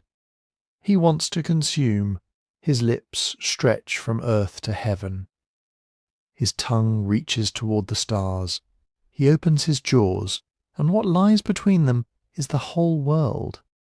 It is an enormous image. Picture it, the earth below, the high heavens above, and between them a mouth so wide that gods, people, mountains, rain clouds, and cities could all disappear into it. This is not realistic description, of course. It is mythic poetry. But it captures something ancient people knew with terrible clarity. Hunger can feel limitless. Drought can seem to swallow an entire land. Death does not negotiate according to ordinary rules. The tablets preserve a threatening exchange between Mot and Baal, though, as always, the exact sequence is difficult to reconstruct from broken clay. Mot sends his demand. Baal is to come down into the realm of death. He is to acknowledge Mot's power. In some translations, Mot speaks almost like a host inviting a guest to a meal. But the guest is also the meal. That is the horror of it. Mot's invitation is not an invitation to feast at a table. It is an invitation to be devoured. Eat and drink. Mot seems to say, "Come down, enter my domain, and then you will know what all living beings know in the end. You will be swallowed for Baal." This is a different kind of crisis from the battle with Yam. Against Yam, Baal was the challenger. He was the rising storm god, armed with divine weapons, fighting to secure his place among the gods. Victory brought him recognition. It helped establish his kingship. It led toward the building of his palace on the holy mountain. That conflict was dramatic, violent, and dangerous. But it still made sense as a contest. There was an opponent. There were weapons. There was a blow that could be struck. Mot is not so easily handled. What weapon defeats the grave? What palace can keep famine outside its gates? What thunder can command the dead to rise? Baal's struggle with Mot is therefore not simply another episode in which the hero defeats a monster and takes another step upward. It is a confrontation with the limit of power itself. Baal may rule rain, but rain does not fall forever. The fields may turn green, but then the heat returns. The grain ripens. Then it is cut, life rises, then it goes down. For this reason, many scholars have seen the Baal and Mot story as connected to the agricultural cycle of the Eastern Mediterranean. Baal's power is often associated with storm, fertility, and the rains that make cultivation possible. Mot is associated with dryness, death, and the dangerous season when the land becomes hard and the green world seems to vanish. It is easy to see why that interpretation became popular. In a place dependent on seasonal rainfall, the disappearance of the rains could be terrifying. A few failed seasons could mean hunger, debt, migration, disease, and death. When the skies closed, it might have seemed as if Baal himself had gone silent. And when the rains returned, when the fields revived after the dry months, it could feel like a divine victory over the power that had held the land in its grip. But we should move carefully. The Ugaritic poems are not instruction manuals for a simple seasonal religion. They do not say, in a neat and modern way, Baal equals spring, Mot equals summer, and the myth is only an allegory of crops. The surviving texts are richer and stranger than that. They are about kingship. They are about divine hierarchy. They are about mortality, rain, ritual, hunger, grief, and the terrifying fact that even a god of life-giving weather can be summoned into the depths. Mot is not merely a cartoon villain trying to ruin the harvest. He represents something unavoidable.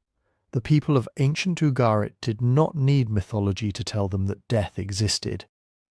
They saw it everywhere, in the cemetery, in childhood illness, in war, in shipwrecks, in the long dry months when the last stored grain had to last until the next rains. The myth gave that reality a voice, and Mot's voice is cold. The message reaches Baal on his mountain, the king of storms, the god whose thunder once broke Yam's power, now receives words from below. The poetry makes the moment feel almost ceremonial. Messengers travel, instructions are given, boundaries between realms are crossed. But behind the formal language is a simple threat. Come down. Baal's response is difficult to read in every detail, because the tablets are damaged and the story may preserve several layers of tradition. Yet the broad movement is clear enough. Baal does not simply march into battle. He prepares, he sends word, he takes precautions that sound almost desperate. In one part of the story, he is associated with a substitute or a figure made to resemble him, a detail that has puzzled readers for generations. Is this deception? A ritual pattern? A lost piece of the narrative? The broken text does not allow complete certainty. What matters is that Baal is no longer standing secure in the bright upper world. He is moving toward Mot, toward the place from which no ordinary messenger returns. And then the unthinkable happens. The storm god disappears. The rains stop. The voice from the mountain falls silent. Soon the gods will search for Baal. Soon Anat will mourn. Soon the whole world will feel the absence of the one who made the clouds gather. But first there is only the message from the depths. The mouth has opened, and Baal has gone down. Then the news begins to move upward, not with thunder, not with a messenger racing across the mountain in triumph.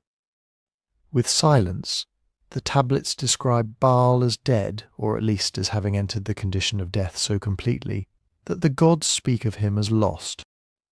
The storm lord has gone down into Mot's domain.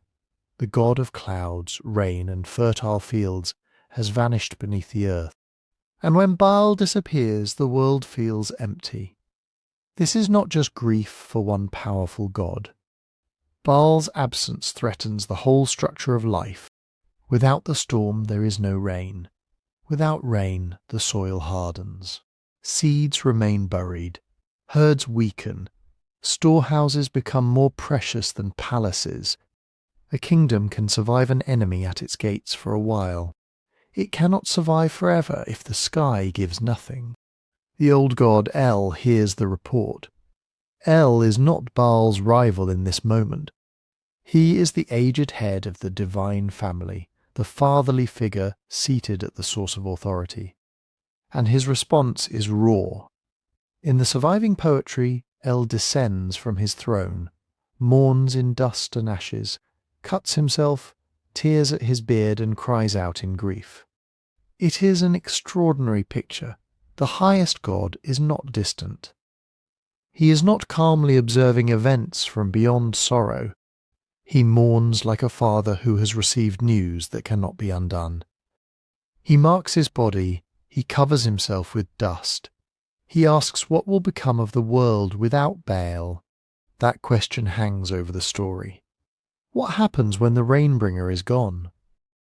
What happens when divine kingship itself seems to have failed? For listeners in a land shaped by seasonal drought, this was not abstract theology. The disappearance of Baal could be felt in a brown field, an empty cistern, a child watching adults measure the grain jars again and again. The myth does not need to say that every dry season was Baal's death, but it makes the connection emotionally unavoidable. When the heavens close, it can feel as if the god has gone below. El's mourning is followed by a search, and the one who searches most fiercely is Anat. Anat is Baal's sister ally, and in some texts something more complex than either of those modern words can capture. She is a goddess of battle and fierce protection. Earlier in the cycle, she has already shown that she is not gentle when Baal's position is threatened. She can wade into violence without hesitation. She can demand action from the high gods. She can turn grief into force. Now she goes looking for Baal. The text is damaged as much of the Baal Cycle is damaged. We do not have every step of her journey. We cannot reconstruct every line that was once spoken. But the broad shape survives. Anat finds Baal's body, or finds him in the realm of death, and takes him up. She carries him. She weeps for him. She buries him on the heights of Saphon, Baal's own holy mountain. The image is strange and powerful. The god whose palace stood on the mountain, whose voice was thunder, is now laid in the ground. The ruler above the clouds has become the object of funeral rites. And then Anat turns toward Mot. This is where the surviving poem becomes both vivid and difficult. The lines are famous because they are so violent. Anat seizes Mot. She cuts him. She burns him. She grinds him. She scatters him across the fields. The language is not delicate. It is the language of vengeance pushed beyond ordinary battle. Anat does not merely defeat death in a fair contest. She treats him like grain being processed at harvest, like an enemy being reduced, broken down, scattered. That agricultural imagery may be important. Mot is death, drought, hunger, the devouring power beneath life. Anat attacks him with images of threshing, burning, and sowing. The one who consumes is himself consumed by the cycle of the land. But even here, we need to be careful. Mot is not erased from existence. This is one of the deepest points in the whole story. Death can be attacked. It can be driven back. It can lose its grip for a time.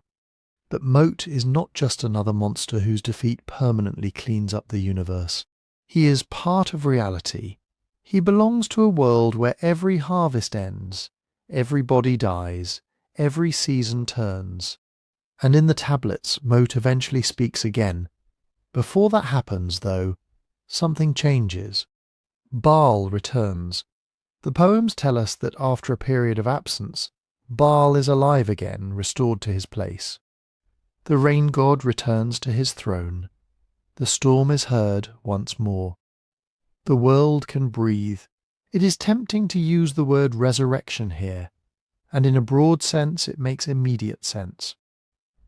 Baal goes down into death, is mourned, and returns to life and kingship. That pattern has invited comparisons for a very long time. But ancient traditions do not always fit neatly into later categories. The Ugaritic texts are not Christian texts. They are not later Jewish texts. They do not give us a single, systematic doctrine explaining what resurrection means for every god or every human being. The tablets are poetic, fragmented, and rooted in a Bronze Age Canaanite world with its own rituals and assumptions. So it is safest to say that Baal is restored after death or descent, rather than assuming the story means exactly what resurrection means in any later religious tradition. Still, the force of the return is unmistakable. Baal's restoration means more than personal survival. It means rain returning to the earth. It means fertility returning to fields and herds. It means the divine order has not collapsed. And because Baal is a kingly figure, his return also carries the language of royal stability. A good king in the imagination of the ancient Near East was not merely a man wearing a crown. His rule was linked to justice, abundance, protection, and the proper ordering of the world. When Baal takes his place again, the cosmic kingdom is functioning. The mountain has its lord. The clouds have their rider. The land can receive its life-giving water, but Mot has not accepted this quietly. The final conflict is not a clean ending. Baal and Mot confront each other again. They accuse, they threaten, they struggle for dominance. And the outcome is shaped not simply by strength, but by authority. A message from Shaphash, the sun goddess who travels across heaven and sees the boundaries between worlds, reminds Mot that El has favoured Baal's kingship. Mot must yield, not because death has vanished, not because drought will never return, not because the world has become permanently safe. He yields because there is an order above the conflict, a balance that even Mot cannot finally overthrow. That is how the cycle closes. Baal reigns, Mot remains. Rain returns, death waits, and the world continues, not because chaos has been destroyed forever, but because it has been restrained long enough for life to rise again. But if death remains, then who lives within its shadow? The Ugaritic tablets give us one answer in a word that looks familiar, but becomes strange the closer we examine it. Rephaim, usually written in English as Rephaim.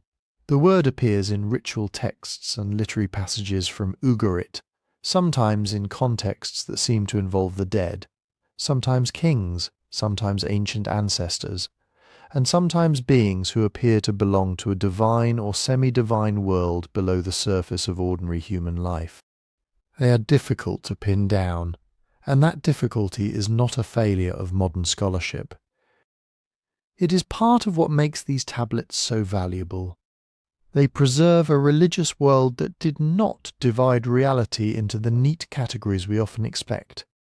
Living people on one side, dead people on another. Gods in a separate realm above them all. For the people of Ugarit, those boundaries could blur. The Rephaim may have been dead kings. They may have been revered ancestors. They may have been powerful underworld beings, a company of departed figures who had crossed into a condition beyond normal human death. Or perhaps the word could carry more than one of those meanings, depending on the ritual, the speaker, and the moment. Picture a royal ceremony in the ancient city. The king is alive. He rules in the visible world. He receives food, tribute, and loyalty. But behind him stands a longer line. Fathers, grandfathers, founders, rulers, whose bodies are gone, but whose authority has not entirely disappeared. Their names may still carry weight. Their favour may still matter. Their memory may be part of what makes the present king legitimate. In that setting, the dead are not simply absent. They are still part of the kingdom. Some Ugaritic ritual texts seem to call upon the Rephaim as a group. They are invited, honoured, perhaps offered food and drink. In one especially important set of texts, they are associated with a figure or group called Didanu. Scholars have often connected this name with a royal ancestral line, though the exact relationship remains debated. The texts can sound almost like an ancient guest list. Come, Rephaim, come, ancestral powers, come, figures of the old royal house. Join the feast. That might sound eerie to us. A banquet for the dead. A royal meal shared across the boundary of death. But in the ancient Near East, feeding and honouring ancestors was not necessarily understood as dark magic or ghost worship in the modern horror movie sense. It could be an act of memory, an act of loyalty, an act of political continuity. The living king did not stand alone. He stood at the end of a chain, reaching backward into sacred time. And this is where the Rephaim become more than a footnote in an old myth. They show us that kingship itself could be imagined as larger than one human lifetime. A king died. His body was buried. But his role might continue in another form. Not as an ordinary citizen of the underworld, and not necessarily as a god equal to Baal or El, but as a powerful dead ancestor, a royal presence who remained connected to the land and dynasty. This does not mean every deceased person became a Repha. The evidence does not let us say that, and it does not mean the Rephaim were simply ghosts. That English word brings along too many modern assumptions: transparent figures in abandoned houses, angry spirits demanding revenge, the dead trapped in one place. The Ugaritic material points towards something more formal and more collective. The Rephaim appear as a recognized class or assembly. They can be summoned in ritual language. They are connected with ancient authority. And in some passages, they seem to move or gather with a dignity that suggests they are not helpless shades. But translating the word remains difficult. The consonants R, P, are clear enough on the tablets. The meaning is not. Ancient languages often preserve words that are bigger than any single dictionary definition. A term can gather meanings over centuries. It can refer to an old institution, a religious role, a mythic people, or a category of beings whose exact nature everyone in that culture understood without needing it explained. We are hearing only fragments of that conversation, and the fragments come from a city destroyed more than 3,000 years ago. Still, there are clues. The Rephaim are often associated with the realm of the dead, with royal ancestors, and with a kind of enduring power. That overlap makes sense in the world of Ugarit. A dead king was not merely an individual who had stopped breathing. He had been the centre of a household and army, a temple network, and a political order. His death did not erase the force of his name. The royal dead could become almost mythic, and the mythic past could become almost divine. This is one reason ancient religions can seem so crowded to modern readers. There are high gods like El, active gods like Baal and Anat, hostile powers like Mot and Yam, lesser divine beings, ancestral kings, honoured dead spirits linked to places, families, mountains and graves. The universe is layered, not empty space with a few supernatural characters dropped into it. A living hierarchy full of presences. Later biblical texts use related Hebrew terms, often translated as Rephaim. There, the word can refer to the dead in the underworld, shadowy departed beings who no longer possess the strength of the living. In other passages, Rephaim seem to be remembered as ancient giant peoples associated with legendary warriors and old territories east of the Jordan. That is a fascinating connection, but it is not a simple one. The Hebrew Bible was written and edited across many centuries, in changing political and religious worlds. A word related to Ugaritic Arpum may preserve an older shared Northwest Semitic heritage. But shared vocabulary does not prove that every later use means exactly what it meant at Ugarit. Words travel, meanings change. Old religious ideas can be remembered, reworked, argued against, or turned into stories about a vanished age. So, when biblical texts speak of Rephaim as dead shades, that may echo the Ugaritic sense of powerful departed beings. When they speak of giant Rephaim, that may preserve another strand of ancient memory, perhaps one in which the word had become attached to legendary ancient peoples. But we should resist the urge to force all those meanings into one answer. The Rephaim of Ugarit are not clearly demons. They are not clearly rebellious angels. They are not the Watchers from the Book of Enoch. Those associations come later, often through centuries of interpretation, in which ancient words were gathered into new systems of belief. The Ugaritic tablets do not give us a full story of fallen heavenly beings producing monstrous offspring. They give us something older and, in its own way, quieter. A world where the royal dead could still be honoured. A world where ancestors could stand near the gods. A world where death did not end significance. And once you begin to see that shadowed world behind the tablets, another question starts to rise. If ancient people could imagine the dead as powerful, enduring, and close to the divine, what happened when later writers began telling stories about heavenly beings who crossed forbidden boundaries into the human world?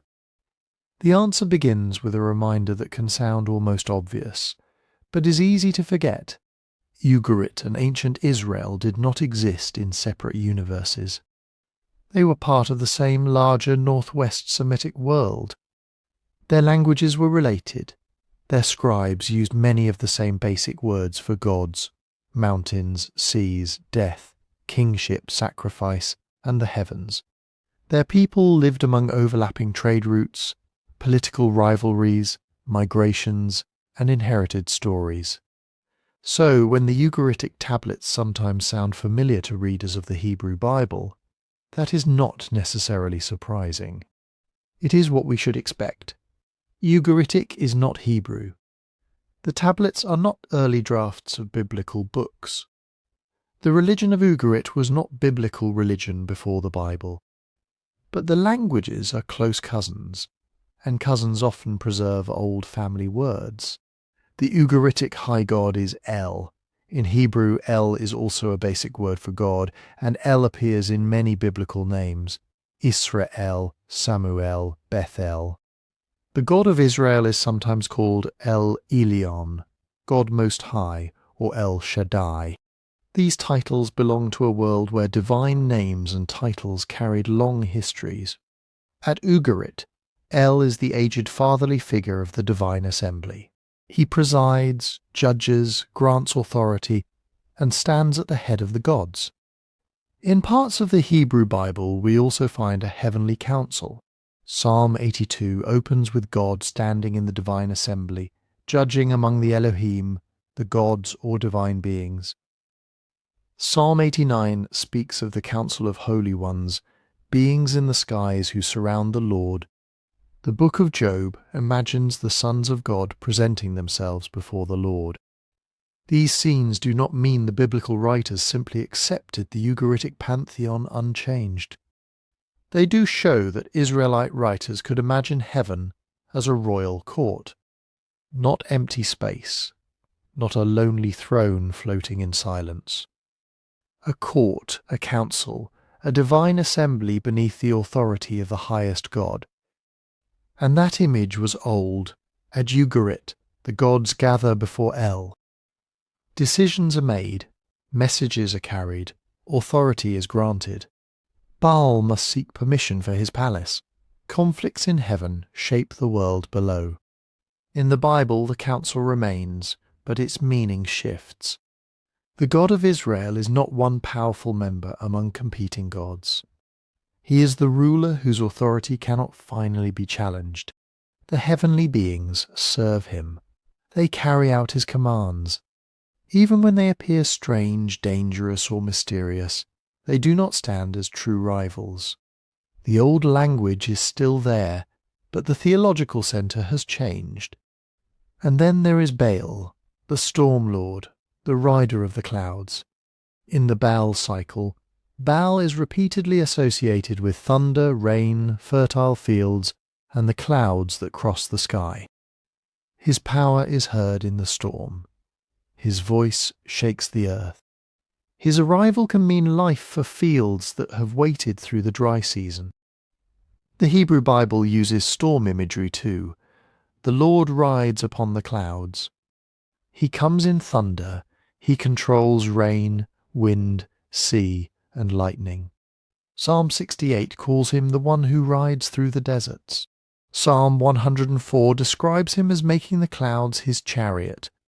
That language is especially striking because cloud riding was one of Baal's great claims. So what are we hearing in these biblical passages? Possibly shared poetic inheritance, possibly familiar regional language given new meaning, and in some cases perhaps something sharper than inheritance. Polemic. A polemic is an argument. A writer takes an idea people already know and turns it against a rival.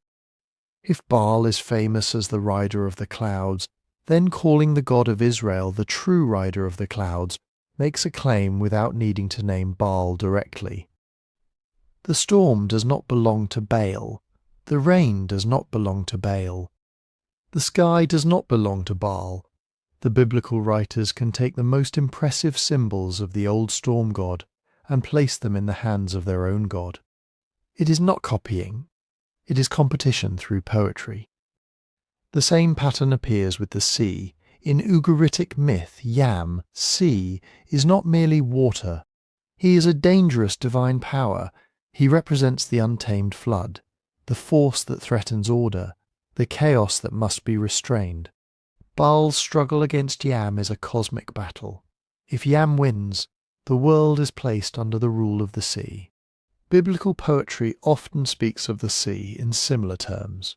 The waters roar, the deep is dangerous, the sea can stand for chaos, threat, and forces beyond human control. But again, the biblical story changes the meaning. The Lord does not struggle because the sea is his equal. He rebukes it. He sets its boundaries. He crushes sea monsters in poetic passages like Psalm 74 and Isaiah 27. The imagery may preserve the memory of older battles, but the result is different. The God of Israel does not win his throne by defeating chaos. He already rules. Even the sea has limits because he says so. Then there is Mot, death. At Ugarit, Mot speaks. He hungers. He devours Baal. He rules the dry, hidden realm beneath the world of life. Death is not just an event. It is a power with a mouth. Hebrew biblical poetry can speak of death and Sheol in similarly vivid ways. Death has cords. Sheol opens its jaws. The pit waits below. These are not always literal descriptions of a god named Death. They are poetic ways of giving shape to the terror of dying, but they belong to the same ancient landscape of imagination. Sea below, mountain above, the divine court in the heavens, death in the depths, and between them, the human world, fragile and temporary. Mountains matter too. Baal's palace rises on Mount Zaphon, the sacred northern mountain. It is a place of divine rule, storm clouds, and heavenly authority. Biblical texts know the language of the divine mountain as well. Zion becomes the mountain of the Lord. Isaiah can even mock the king of Babylon for dreaming of sitting on the Mount of Assembly in the far north, language that may echo older ideas connected with Zaphon. Once again, the old map remains visible, but the names and loyalties are transformed. This is the careful way to read the parallels, not Ugarit proves that the Bible copied a Canaanite myth, and not the Bible has nothing to do with the world around it. The truth is more interesting. Biblical writers inherited a vocabulary full of ancient gods, old cosmic battles, sacred mountains, hostile seas, and shadowed underworld powers. Sometimes they preserved those images, sometimes they adapted them. Sometimes they used them to argue that the God of Israel stood above every rival claim, and as these old divine councils continued to change, another kind of heavenly being would begin to step forward. Not Baal, not El, not the royal dead, but watchers, sons of God, angels, beings who stood near the throne of heaven, and who, in later stories, would do something they were never meant to do. The next step takes us out of Bronze Age Ugarit and into a much later Jewish world. A world still full of heavenly courts, dangerous powers, sacred mountains, and old memories of beings who came down from above. This is the world of one Enoch. First Enoch is not one book written at one moment by one author. It is a collection of Jewish writings assembled over time, with different sections coming from different periods and communities. Much of it survives most fully in Ethiopic, the classical language of Ethiopia, which is why the work is often called the Ethiopic Book of Enoch. Fragments in Aramaic were also found among the Dead Sea Scrolls, showing that parts of it circulated in Jewish circles long before the surviving Ethiopic manuscripts were copied. And its most famous section is called the Book of the Watchers. The Watchers are heavenly beings. They are not human priests staring at the night sky. They are not simply gods in the old Ugaritic sense. They are members of the heavenly world, figures who watch, who stand near the order of heaven, who should remain where they belong. But they do not. The story begins with a brief and mysterious passage from Genesis. Genesis says that the sons of God saw that human women were beautiful, took wives, and produced mighty offspring known as the Nephilim. The biblical passage is only a few lines long. It does not explain who these sons of God were. It does not give their names, it does not describe their punishment in detail. The Book of the Watchers takes that tiny opening and turns it into an enormous cosmic disaster. Picture this. The earth below is full of human beings, living ordinary lives beneath a sky they barely understand. Above them is the ordered world of heaven, populated by messengers and servants of the Most High. There is supposed to be a boundary between the two. Then a group of watchers crosses it. Their leader is usually called Semi-Hazar. In the story, he descends with a company of 200 watchers onto Mount Hermon, the high mountain range on the northern edge of the land of Israel. They make an oath together, not a casual decision, not one being making a mistake and the others following later. An oath. They bind themselves to a shared act of rebellion. They will take human women as wives, they will father children, and no one among them will be able to retreat without betraying the others. This is one reason the Watchers' story feels different from the battles of Baal and Yam. Baal fights for kingship. Yam threatens cosmic order. Mot represents the devouring certainty of death. But the Watchers do not launch a war to seize heaven's throne. Their rebellion is a violation of boundaries. Heavenly beings enter the human world. They take what is not theirs to take, and then they give humanity knowledge it was not ready to carry. Another Watcher, Asael, sometimes known as Azazel in related traditions, becomes especially important here. Asael teaches human beings how to make swords, knives, shields, breastplates, and weapons of war. He reveals the working of metals. He teaches the crafting of ornaments, cosmetics, dyes, and mirrors. Other Watchers teach astrology, signs in the sky, the movements of the moon, enchantments, root cutting, and secret forms of knowledge. Now, the story is not saying that every craft is evil. Ancient Jewish people used tools, understood seasons, wore jewelry, and worked with metal. The point is more unsettling than that. Knowledge has arrived out of order. It has been given by rebels. The Watchers bring powers that magnify human desire. Violence, pride, and manipulation. Weapons become instruments of bloodshed. Beauty becomes entangled with seduction and status. Heavenly signs become material for forbidden prediction. What should have remained hidden, or what should have been learned within proper limits, is poured into the world all at once. And then come the children. The unions between Watchers and human women produce giants. In later imagination, these are often connected with the Nephilim, though the traditions are complicated and not every ancient text uses the terms in exactly the same way. In 1 Enoch, the giants are enormous, hungry, and destructive. They consume the labour of humanity. Then, when human food is no longer enough, they turn against humans themselves. The earth fills with violence. It is a story of cosmic rebellion becoming social collapse. A decision made on a mountain reaches every village, every field, every household. The cries of the ruined world rise toward heaven, and heaven hears. 4 great heavenly messengers appear in the narrative: Michael, Raphael, Gabriel, and Uriel. They see the bloodshed. They see the corruption spreading across the earth. They bring the case before God. The response is judgment. Raphael is commanded to bind Asael and cast him into a place of darkness. Gabriel is sent against the violent giants. Michael is told to bind Semi-Hazar and the other Watchers, imprisoning them until the final judgment. The rebellious beings who crossed heaven's boundary are forced into confinement beneath the earth. Even the giants do not escape the consequences. Their bodies are destroyed. But their spirits, the story says, remain wandering on earth as harmful spirits. This idea would become deeply influential in later Jewish and Christian traditions about demons.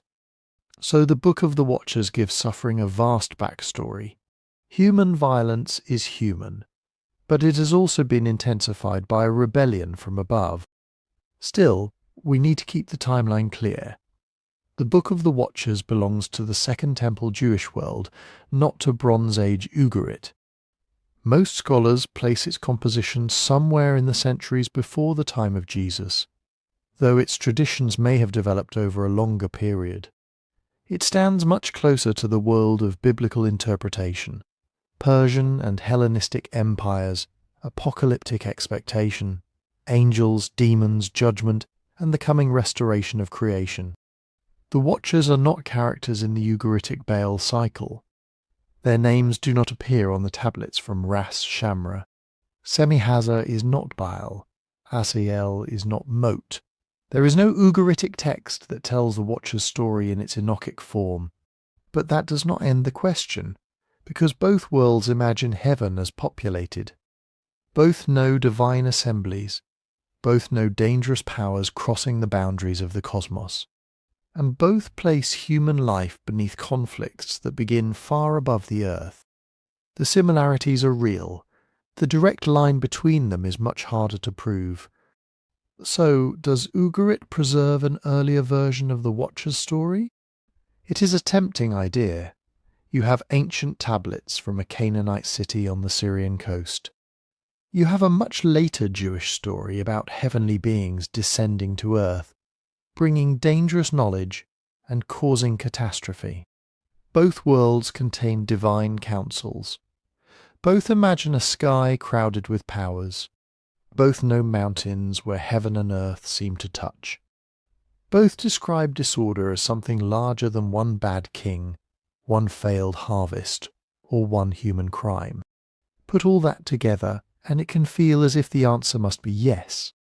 Maybe the Watchers were already there in Ugarit, only under older names. Maybe Baal, El, Mot, Yam, or the lesser members of the Divine Assembly are fragments of an ancient story that later became Enoch. But this is where the evidence asks us to slow down. Because resemblance is not the same thing as identity. Ugarit absolutely gives us a world that makes later stories of heavenly beings easier to understand. Its tablets show a divine assembly, a council gathered around El, the aged high god. They show gods with different roles, rivalries, territories and powers. They show the cosmos as a place where the sea can rise against order, death can swallow even the storm god, and kingship in heaven is something that can be challenged, lost, and restored. That is a dramatic universe. It is not a universe in which heaven is empty and silent, with one distant god ruling over a purely human world below. It is a crowded cosmos, a political cosmos, a cosmos where decisions made above have consequences below, and that broad imagination does have something in common with the Book of the Watchers. In both, the world above is organized. There are ranks. There are councils. There are beings who belong in heaven and beings who threaten the balance of creation. Disorder is not merely random, it has personalities. It has agency. It comes from powers acting beyond the human village, beyond the city wall, beyond the horizon.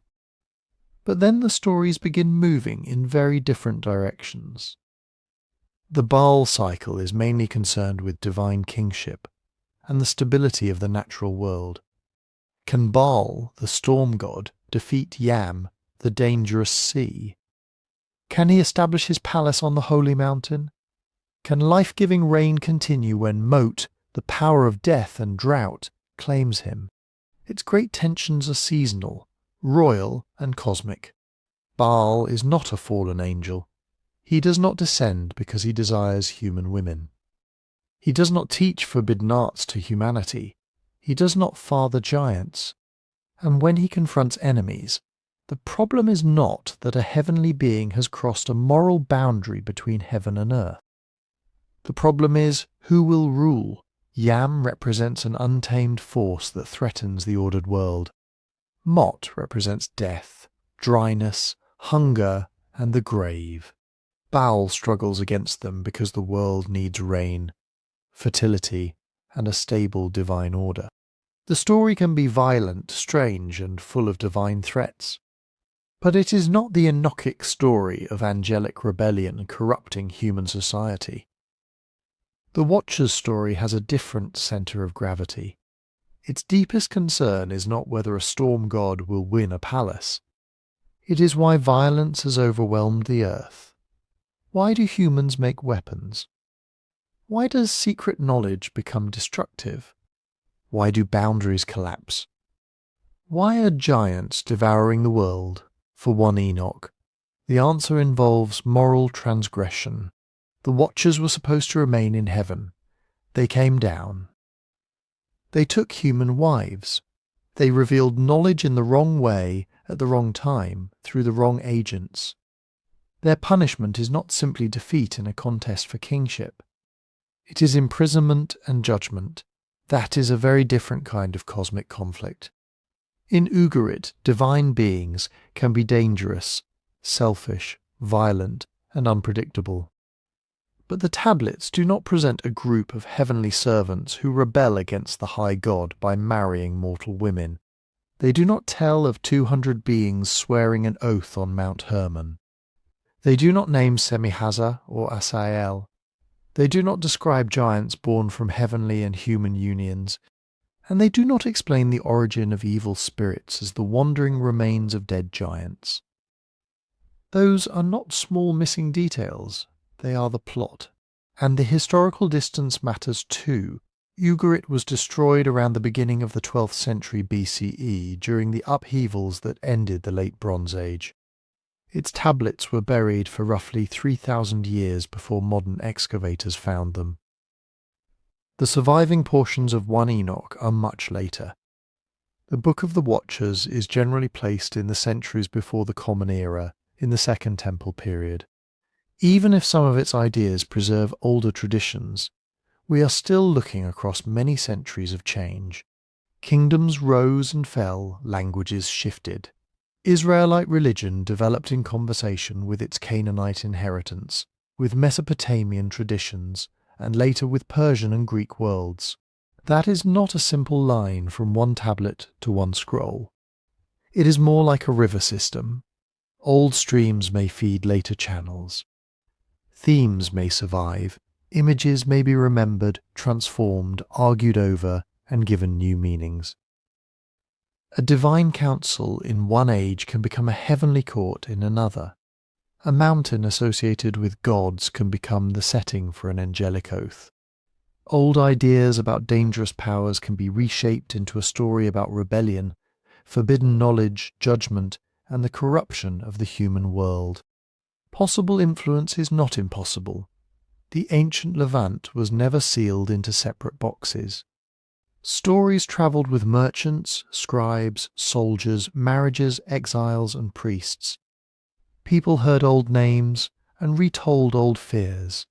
They borrowed images without preserving whole stories unchanged. But direct descent is harder to demonstrate. To say that the Ugaritic tablets are the original Watchers' story would require evidence we simply do not have. We would need clearer shared characters, a recognizable sequence of events, or texts connecting the traditions across time. Instead, what we have are broad family resemblances within the mythic world of the ancient Near East. And honestly, that may be more interesting, because it means the Watchers did not need to be copied from one lost Ugaritic tablet in order to feel ancient. They emerged from a region where people had long imagined heaven as populated, powerful, and dangerous. A region where the sea could be an enemy, death could speak, mountains could be divine meeting places, and human life could be shaped by struggles occurring far above the fields. The real mystery is not whether Ugarit gives us a secret, exact script for 1 Enoch.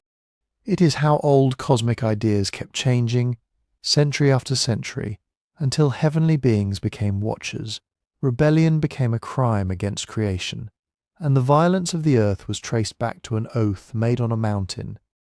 And once you start looking for that oath on the mountain, something else begins to appear. Not one single Watcher's story hiding behind every ancient myth. not one lost original that all later traditions copied word for word. What appears instead is a shared map, a way of imagining the universe that was familiar across the ancient Near East for thousands of years. The map had heights and depths. It had dangerous borders. It had powers that belonged in one place, but sometimes crossed into another. Above was heaven, the realm of the high god, the stars and the divine assembly. Below was the inhabited earth, with its cities, fields, rivers, kings, families and graves. Beyond the ordered land was the sea, vast and unstable, a force that could bring trade and life, but also storms, floods and terror. Beneath the earth was the underworld, the house of death, silence, shadows, ancestors and powers that did not easily return. And between all these regions stood the mountain. Mountains mattered because they seemed to rise out of the human world toward the sky. Clouds gathered around their peaks. Storms broke over them. Snow remained on them when lower ground was dry. From a village below, a mountain could look like a staircase leading toward heaven. At Ugarit, Baal's palace stands on Mount Zaphon, a holy mountain associated with storm, kingship, and divine presence. In the Book of the Watchers, the rebellious angels descend and swear their oath on Mount Hermon. These are not necessarily the same mountain in the same story, but they belong to the same kind of ancient geography. Mountains were places where the ordinary boundaries of the world could feel thin. Heaven above, earth below, the deep beneath, the mountain between. Once you have that map, you can tell many different kinds of stories on it.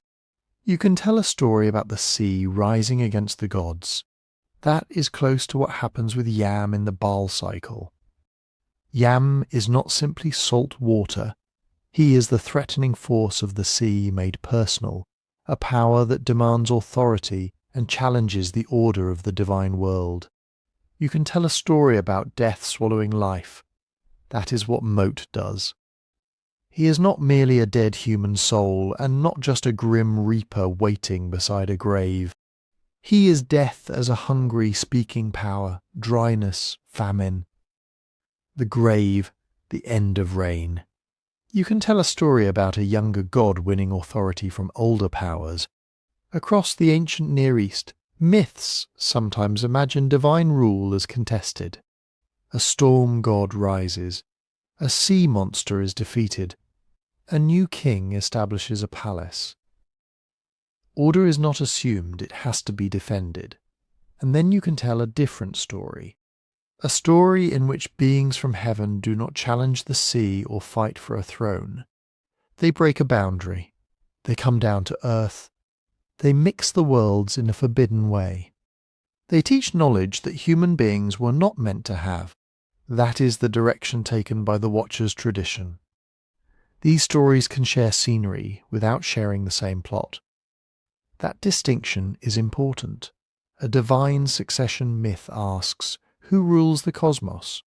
A chaos combat myth asks, can order survive the threat of sea, serpent, drought or death? The Watcher's story asks something more like this. Why has human society become so violent, corrupt and dangerous? Who is responsible when knowledge becomes a weapon? Those are related questions. But they are not identical questions. In the Ugaritic world, disorder often comes from cosmic rivals. Yam presses against the boundaries of the ordered world. Mot threatens the cycle of life. Baal's victories and defeats matter because rain matters. Crops matter, kingship matters. If the storm god loses, the land itself may suffer. In 1 Enoch, disorder has a sharper moral edge. The Watchers are not merely rival divine powers doing what powerful beings do. They have violated their proper station. They have left heaven. Their knowledge helps turn the human world toward bloodshed, luxury, warfare, and exploitation. The crisis is cosmic, yes, but it is also ethical. That may tell us something about the world in which later Jewish writers were thinking. They inherited old images, the heavenly court, the holy mountain, the abyss, the rebellious power, the stars moving through the sky in ordered courses. But they could use those images to ask newer and more urgent questions. Why do the wicked seem to prosper? Why is violence everywhere? Why does the world feel as though its proper order has been damaged? If God rules heaven, why are there still destructive forces at work on earth? The answer offered by the Watchers' story is dramatic. Evil is not only a human mistake, it has a heavenly history. Something went wrong above before its consequences spread below. And this is where fallen stars enter the picture. In ancient poetry and prophecy, stars could be more than distant lights. They could represent gods, kings, heavenly beings, or members of the divine host. Their regular movement across the sky made them symbols of order. They rose when they were supposed to rise, they crossed their appointed paths. They disappeared and returned, so a star falling from heaven was not always just astronomy. It could be a picture of humiliation, a proud king cast down, a celestial being losing its place, a power once high brought low. Later Jewish and Christian traditions would develop this image in many directions, sometimes connecting fallen stars with rebellious angels. But the image itself is broader and older than any one interpretation. A falling star means that the map has been disturbed. Something that belonged above has come down. But even here, we have to be careful. A star in one text does not automatically mean an angel in another. A mountain in one story does not automatically preserve a memory of Herman. A sea monster is not necessarily a fallen watcher in disguise. Ancient writers reused powerful images because those images were useful. They could be adapted to new languages, new empires, new fears, and new religious arguments. Think of the ancient Near East less like a library containing one original story, and more like a night sky seen from many cities. The same stars are visible, but every community draws different lines between them. One group sees a divine king, another sees a monster, another sees an angelic being, another sees a warning about human pride. The lights may be shared, the constellations are not. That is why continuity and transformation have to be held together. There is continuity because later writers did not invent their cosmic imagination from nothing. They lived in a world shaped by older languages of heaven and earth, holy mountains and chaotic seas, divine councils and hostile depths. Ugarit helps us recover part of that older world with unusual clarity. But there is transformation because the Book of the Watchers does something distinct with those materials. It turns cosmic geography into a moral drama. It turns descent from heaven into transgression. It turns ancient fears about disorder into an explanation for violence, forbidden knowledge, and coming judgment. The old map remained, but the travellers changed, and that brings us to the edge of what the tablets can actually tell us. The clay tablets from Ugarit are extraordinary. They give us names that had once been almost silent. El, the old fatherly god. Asherah, linked with the divine household. Baal, the storm lord whose reign could mean life for the fields. Anat, fierce and active. Yam, the sea.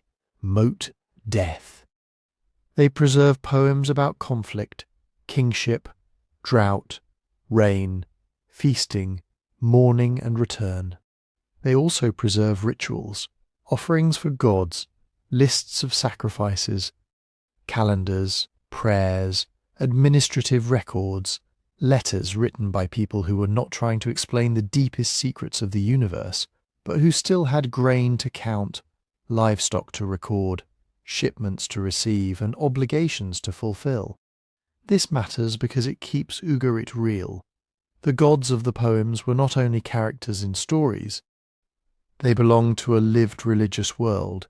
People brought offerings. Scribes copied texts. Kings ruled from nearby palaces. Farmers watched the sky and waited for rain. Merchants sailed the coast. And somewhere within that world, someone pressed a stylus into wet clay and preserved the struggle between Baal, Yam and Mot. That much is solid ground. We can say that Ugaritic texts describe a divine assembly. We can say that Baal struggles for authority. We can say that hostile powers are imagined through the sea, death, drought, and the wild edges of the cosmos. We can say that Mount Zephon mattered as a divine mountain. We can say that the language and imagery of this world help modern readers understand the broader cultural atmosphere from which later biblical and Jewish traditions emerged. But solid ground does not mean complete ground. Many tablets are broken. Sometimes a text survives in several fragments, found years apart, with edges that fit together like pieces of a puzzle. Sometimes the middle of a line is missing. Sometimes the beginning of an entire episode has vanished. A god speaks, but we do not know exactly who was being addressed. A battle seems to be starting, but the tablet breaks before the outcome. A familiar word appears in an unfamiliar grammar, and scholars have to decide whether it means one thing, another thing, or something we no longer understand at all. Ugaritic was written in an alphabetic cuneiform script, and it is closely related to other Northwest Semitic languages. That gives scholars important clues. Hebrew, Aramaic, Phoenician, Arabic, and other languages can sometimes illuminate a difficult word. But a clue is not a certainty. Languages shift. Words change meaning. Poets use rare expressions on purpose, and ancient scribes, just like modern writers, could be playful, obscure, formal, repetitive, or frustratingly brief. So when you read a smooth modern translation of an Ugaritic poem, it helps to remember what may lie beneath it.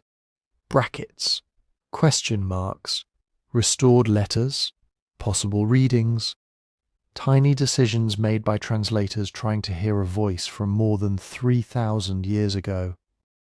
That is not a weakness in the study of Ugarit. It is part of the wonder of it. We are not opening a perfectly preserved book with a title page and an author's name. We are listening through cracks in clay, and the archive itself is incomplete in another way. Ras Shamra was a city, not a single religious library. What survived was shaped by accident. Which rooms burned, which shelves collapsed, which tablets were baked hard by fire instead of dissolving back into mud, which texts happened to be copied shortly before the city was destroyed around the beginning of the 12th century BCE. There may have been stories we never found, rituals no one wrote down, local traditions that lived only in speech, arguments between priests, families and scribes that disappeared with the people who made them.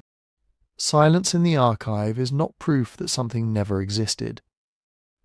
But neither is a gap in the archive permission to fill it with whatever story we would most like to find. This is where archaeology and speculation have to be separated carefully. Archaeology gives us tablets, buildings, objects, inscriptions, and their physical context. Philology gives us careful translations and comparisons between languages. History gives us trade routes, political pressures, neighbouring kingdoms, and the slow movement of ideas across generations. Then reconstruction begins. Reconstruction is necessary. Every historian does it. We connect fragments. We ask what a damaged line may have meant. We compare Baal's battle with other storm god myths. We notice echoes between Ugaritic language and biblical poetry. We consider whether old motifs survived, changed and travelled. But reconstructions are not the same thing as evidence. And popular speculation often takes one more step. It sees a divine council and declares that Ugarit explains every angel in the Bible. It sees a mountain, and declares that it must be Mount Hermon. It sees rebellious powers in heaven and declares that the Watcher's story has been discovered, whole and complete, hidden in a Bronze Age tablet. That is more exciting than the evidence allows. The Ugaritic tablets do not tell the story of the Watchers as we find it in 1 Enoch. They do not describe a band of angels descending to marry human women, teaching forbidden arts, fathering giants, and awaiting final judgment. Those are features of a later and distinctive Jewish tradition. What Ugarit gives us is something both less dramatic and, in a way, more valuable. It gives us an older world of images, a world where heaven had a court, where gods had ranks, rivalries and territories, where the sea could rise as an enemy, where death could speak, where a mountain could hold the palace of a storm god, where the boundary between order and chaos had to be defended again and again. Later writers could inherit parts of that world without copying its stories. They could take the old language of divine beings and give it a sharper moral meaning. They could take the mountain and make it the place of an oath. They could take the heavenly assembly and imagine rebellion within it. They could take chaos from the sea and the underworld, then locate the source of corruption in beings who crossed from heaven into the human world. That is the cautious possibility, not a direct line from 1 Ugaritic tablet to the Book of Enoch, not a secret original version waiting beneath the text, but inherited motifs, shared cultural memory, and old cosmic patterns travelling through centuries of retelling. And perhaps that is why wars in heaven remain so compelling. They turn invisible fears into a story, the storm that ruins a harvest, the sea that takes a ship, death that comes too early, violence that seems larger than any one person, the sense that the world is ordered, but that order is fragile. A war above the clouds gives those fears a shape. It says, the darkness is not random. It has a name. It can be resisted. It may even be defeated, though never without cost. So we return, at last, to the scribes of Ugarit, not prophets of a future book, not secret keepers of every later mystery, just human beings in an ancient coastal city, working carefully in rooms filled with clay, ink, accounts, hymns, offerings, and stories of gods. They preserved a world that they understood in their own way. And through the broken tablets they left behind, we can still glimpse it, only partly, but enough to know that the old heavens were crowded, the old earth was uncertain, and the stories people told between them were powerful enough to survive long after the city itself had fallen silent. And that may be the longest afterlife of all. Ugarit did not survive as an empire. Its palace fell, its harbour quieted, its scribes stopped writing. For more than 3,000 years the city rested beneath the soil of Ras Shamra, while the names of its gods survived only in scattered echoes, distorted memories and languages that had changed beyond recognition. Then the tablets came back, and with them came a recovered world. Before Ugarit, scholars knew that the ancient Levant had been home to many peoples, many local gods, and many old traditions. But the tablets gave that world a voice, not a vague background behind the Bible or Greek mythology, but a living religious landscape of its own, a world with its own poetry, its own rituals, its own royal archives, and its own terrifying imagination.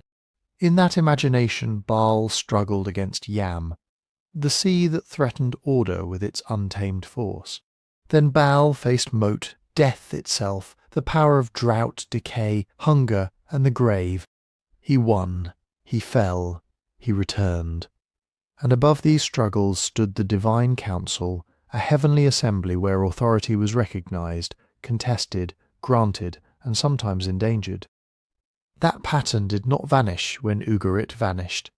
It changed. Over centuries, old images moved from one culture to another. Storm gods became memories. Divine assemblies became councils of heavenly beings. ancient chaos monsters appeared in new poems. Mountains, seas, stars, underworlds, rebellious powers, and the fragile boundary between heaven and earth all continue to matter. And eventually, in Jewish writings such as the Book of Enoch, we find another vision of a crowded heaven, a vision of watchers who cross a forbidden boundary, of knowledge that becomes dangerous, of giants, judgment, and cosmic disorder. Is that the old Ugaritic story preserved intact? Probably not. But is it possible that both traditions draw upon some of the same deep patterns of the ancient Near East? A world where heaven had ranks and laws, where divine beings could threaten order, where mountains joined earth to the sky, and where evil could be imagined as a breach in the structure of creation? Yes, that is a reasonable question, and questions are sometimes more valuable than easy answers. Dismissive skepticism can make the ancient world seem empty, as if every similarity must be coincidence and every connection impossible. But overconfident comparisons can be just as misleading. They can turn a shared image into a direct borrowing, a broken tablet into a complete lost book, and an intriguing possibility into certainty. The better path is quieter. It is to let Ugarit be Ugarit, to let Enoch be Enoch, to notice the echoes without pretending they are identical voices, to follow the old patterns carefully, across centuries of adaptation, translation, memory, and change. Because the real wonder is not that one ancient text secretly explains everything. The wonder is that human beings kept returning to the same great questions. Who rules the storm? What waits beyond death? Why does order feel so fragile? And what happens when powers from above cross into the human world? For centuries, the answers lay silent in darkness, pressed into clay tablets beneath a ruined city. Then someone uncovered them, someone learned the signs, someone listened, and Baal spoke again. Yam rose again. Mot opened his mouth again. The old council gathered again, not in a palace on Mount Zaphon, but in the minds of people trying to understand a lost world. If you enjoyed this journey into the Ugaritic tablets, kindly like the video, subscribe to the channel, and leave a comment. And tell us again where you are listening from. It is always remarkable to imagine these ancient stories travelling from a Bronze Age city on the Syrian coast to listeners around the world. And if you would like to support the channel in the best possible way, listen on Spotify through the link in the description. For now, let the tablets rest once more, clay in darkness. Broken lines, old names waiting patiently, as they waited for thousands of years until someone is ready to read them again.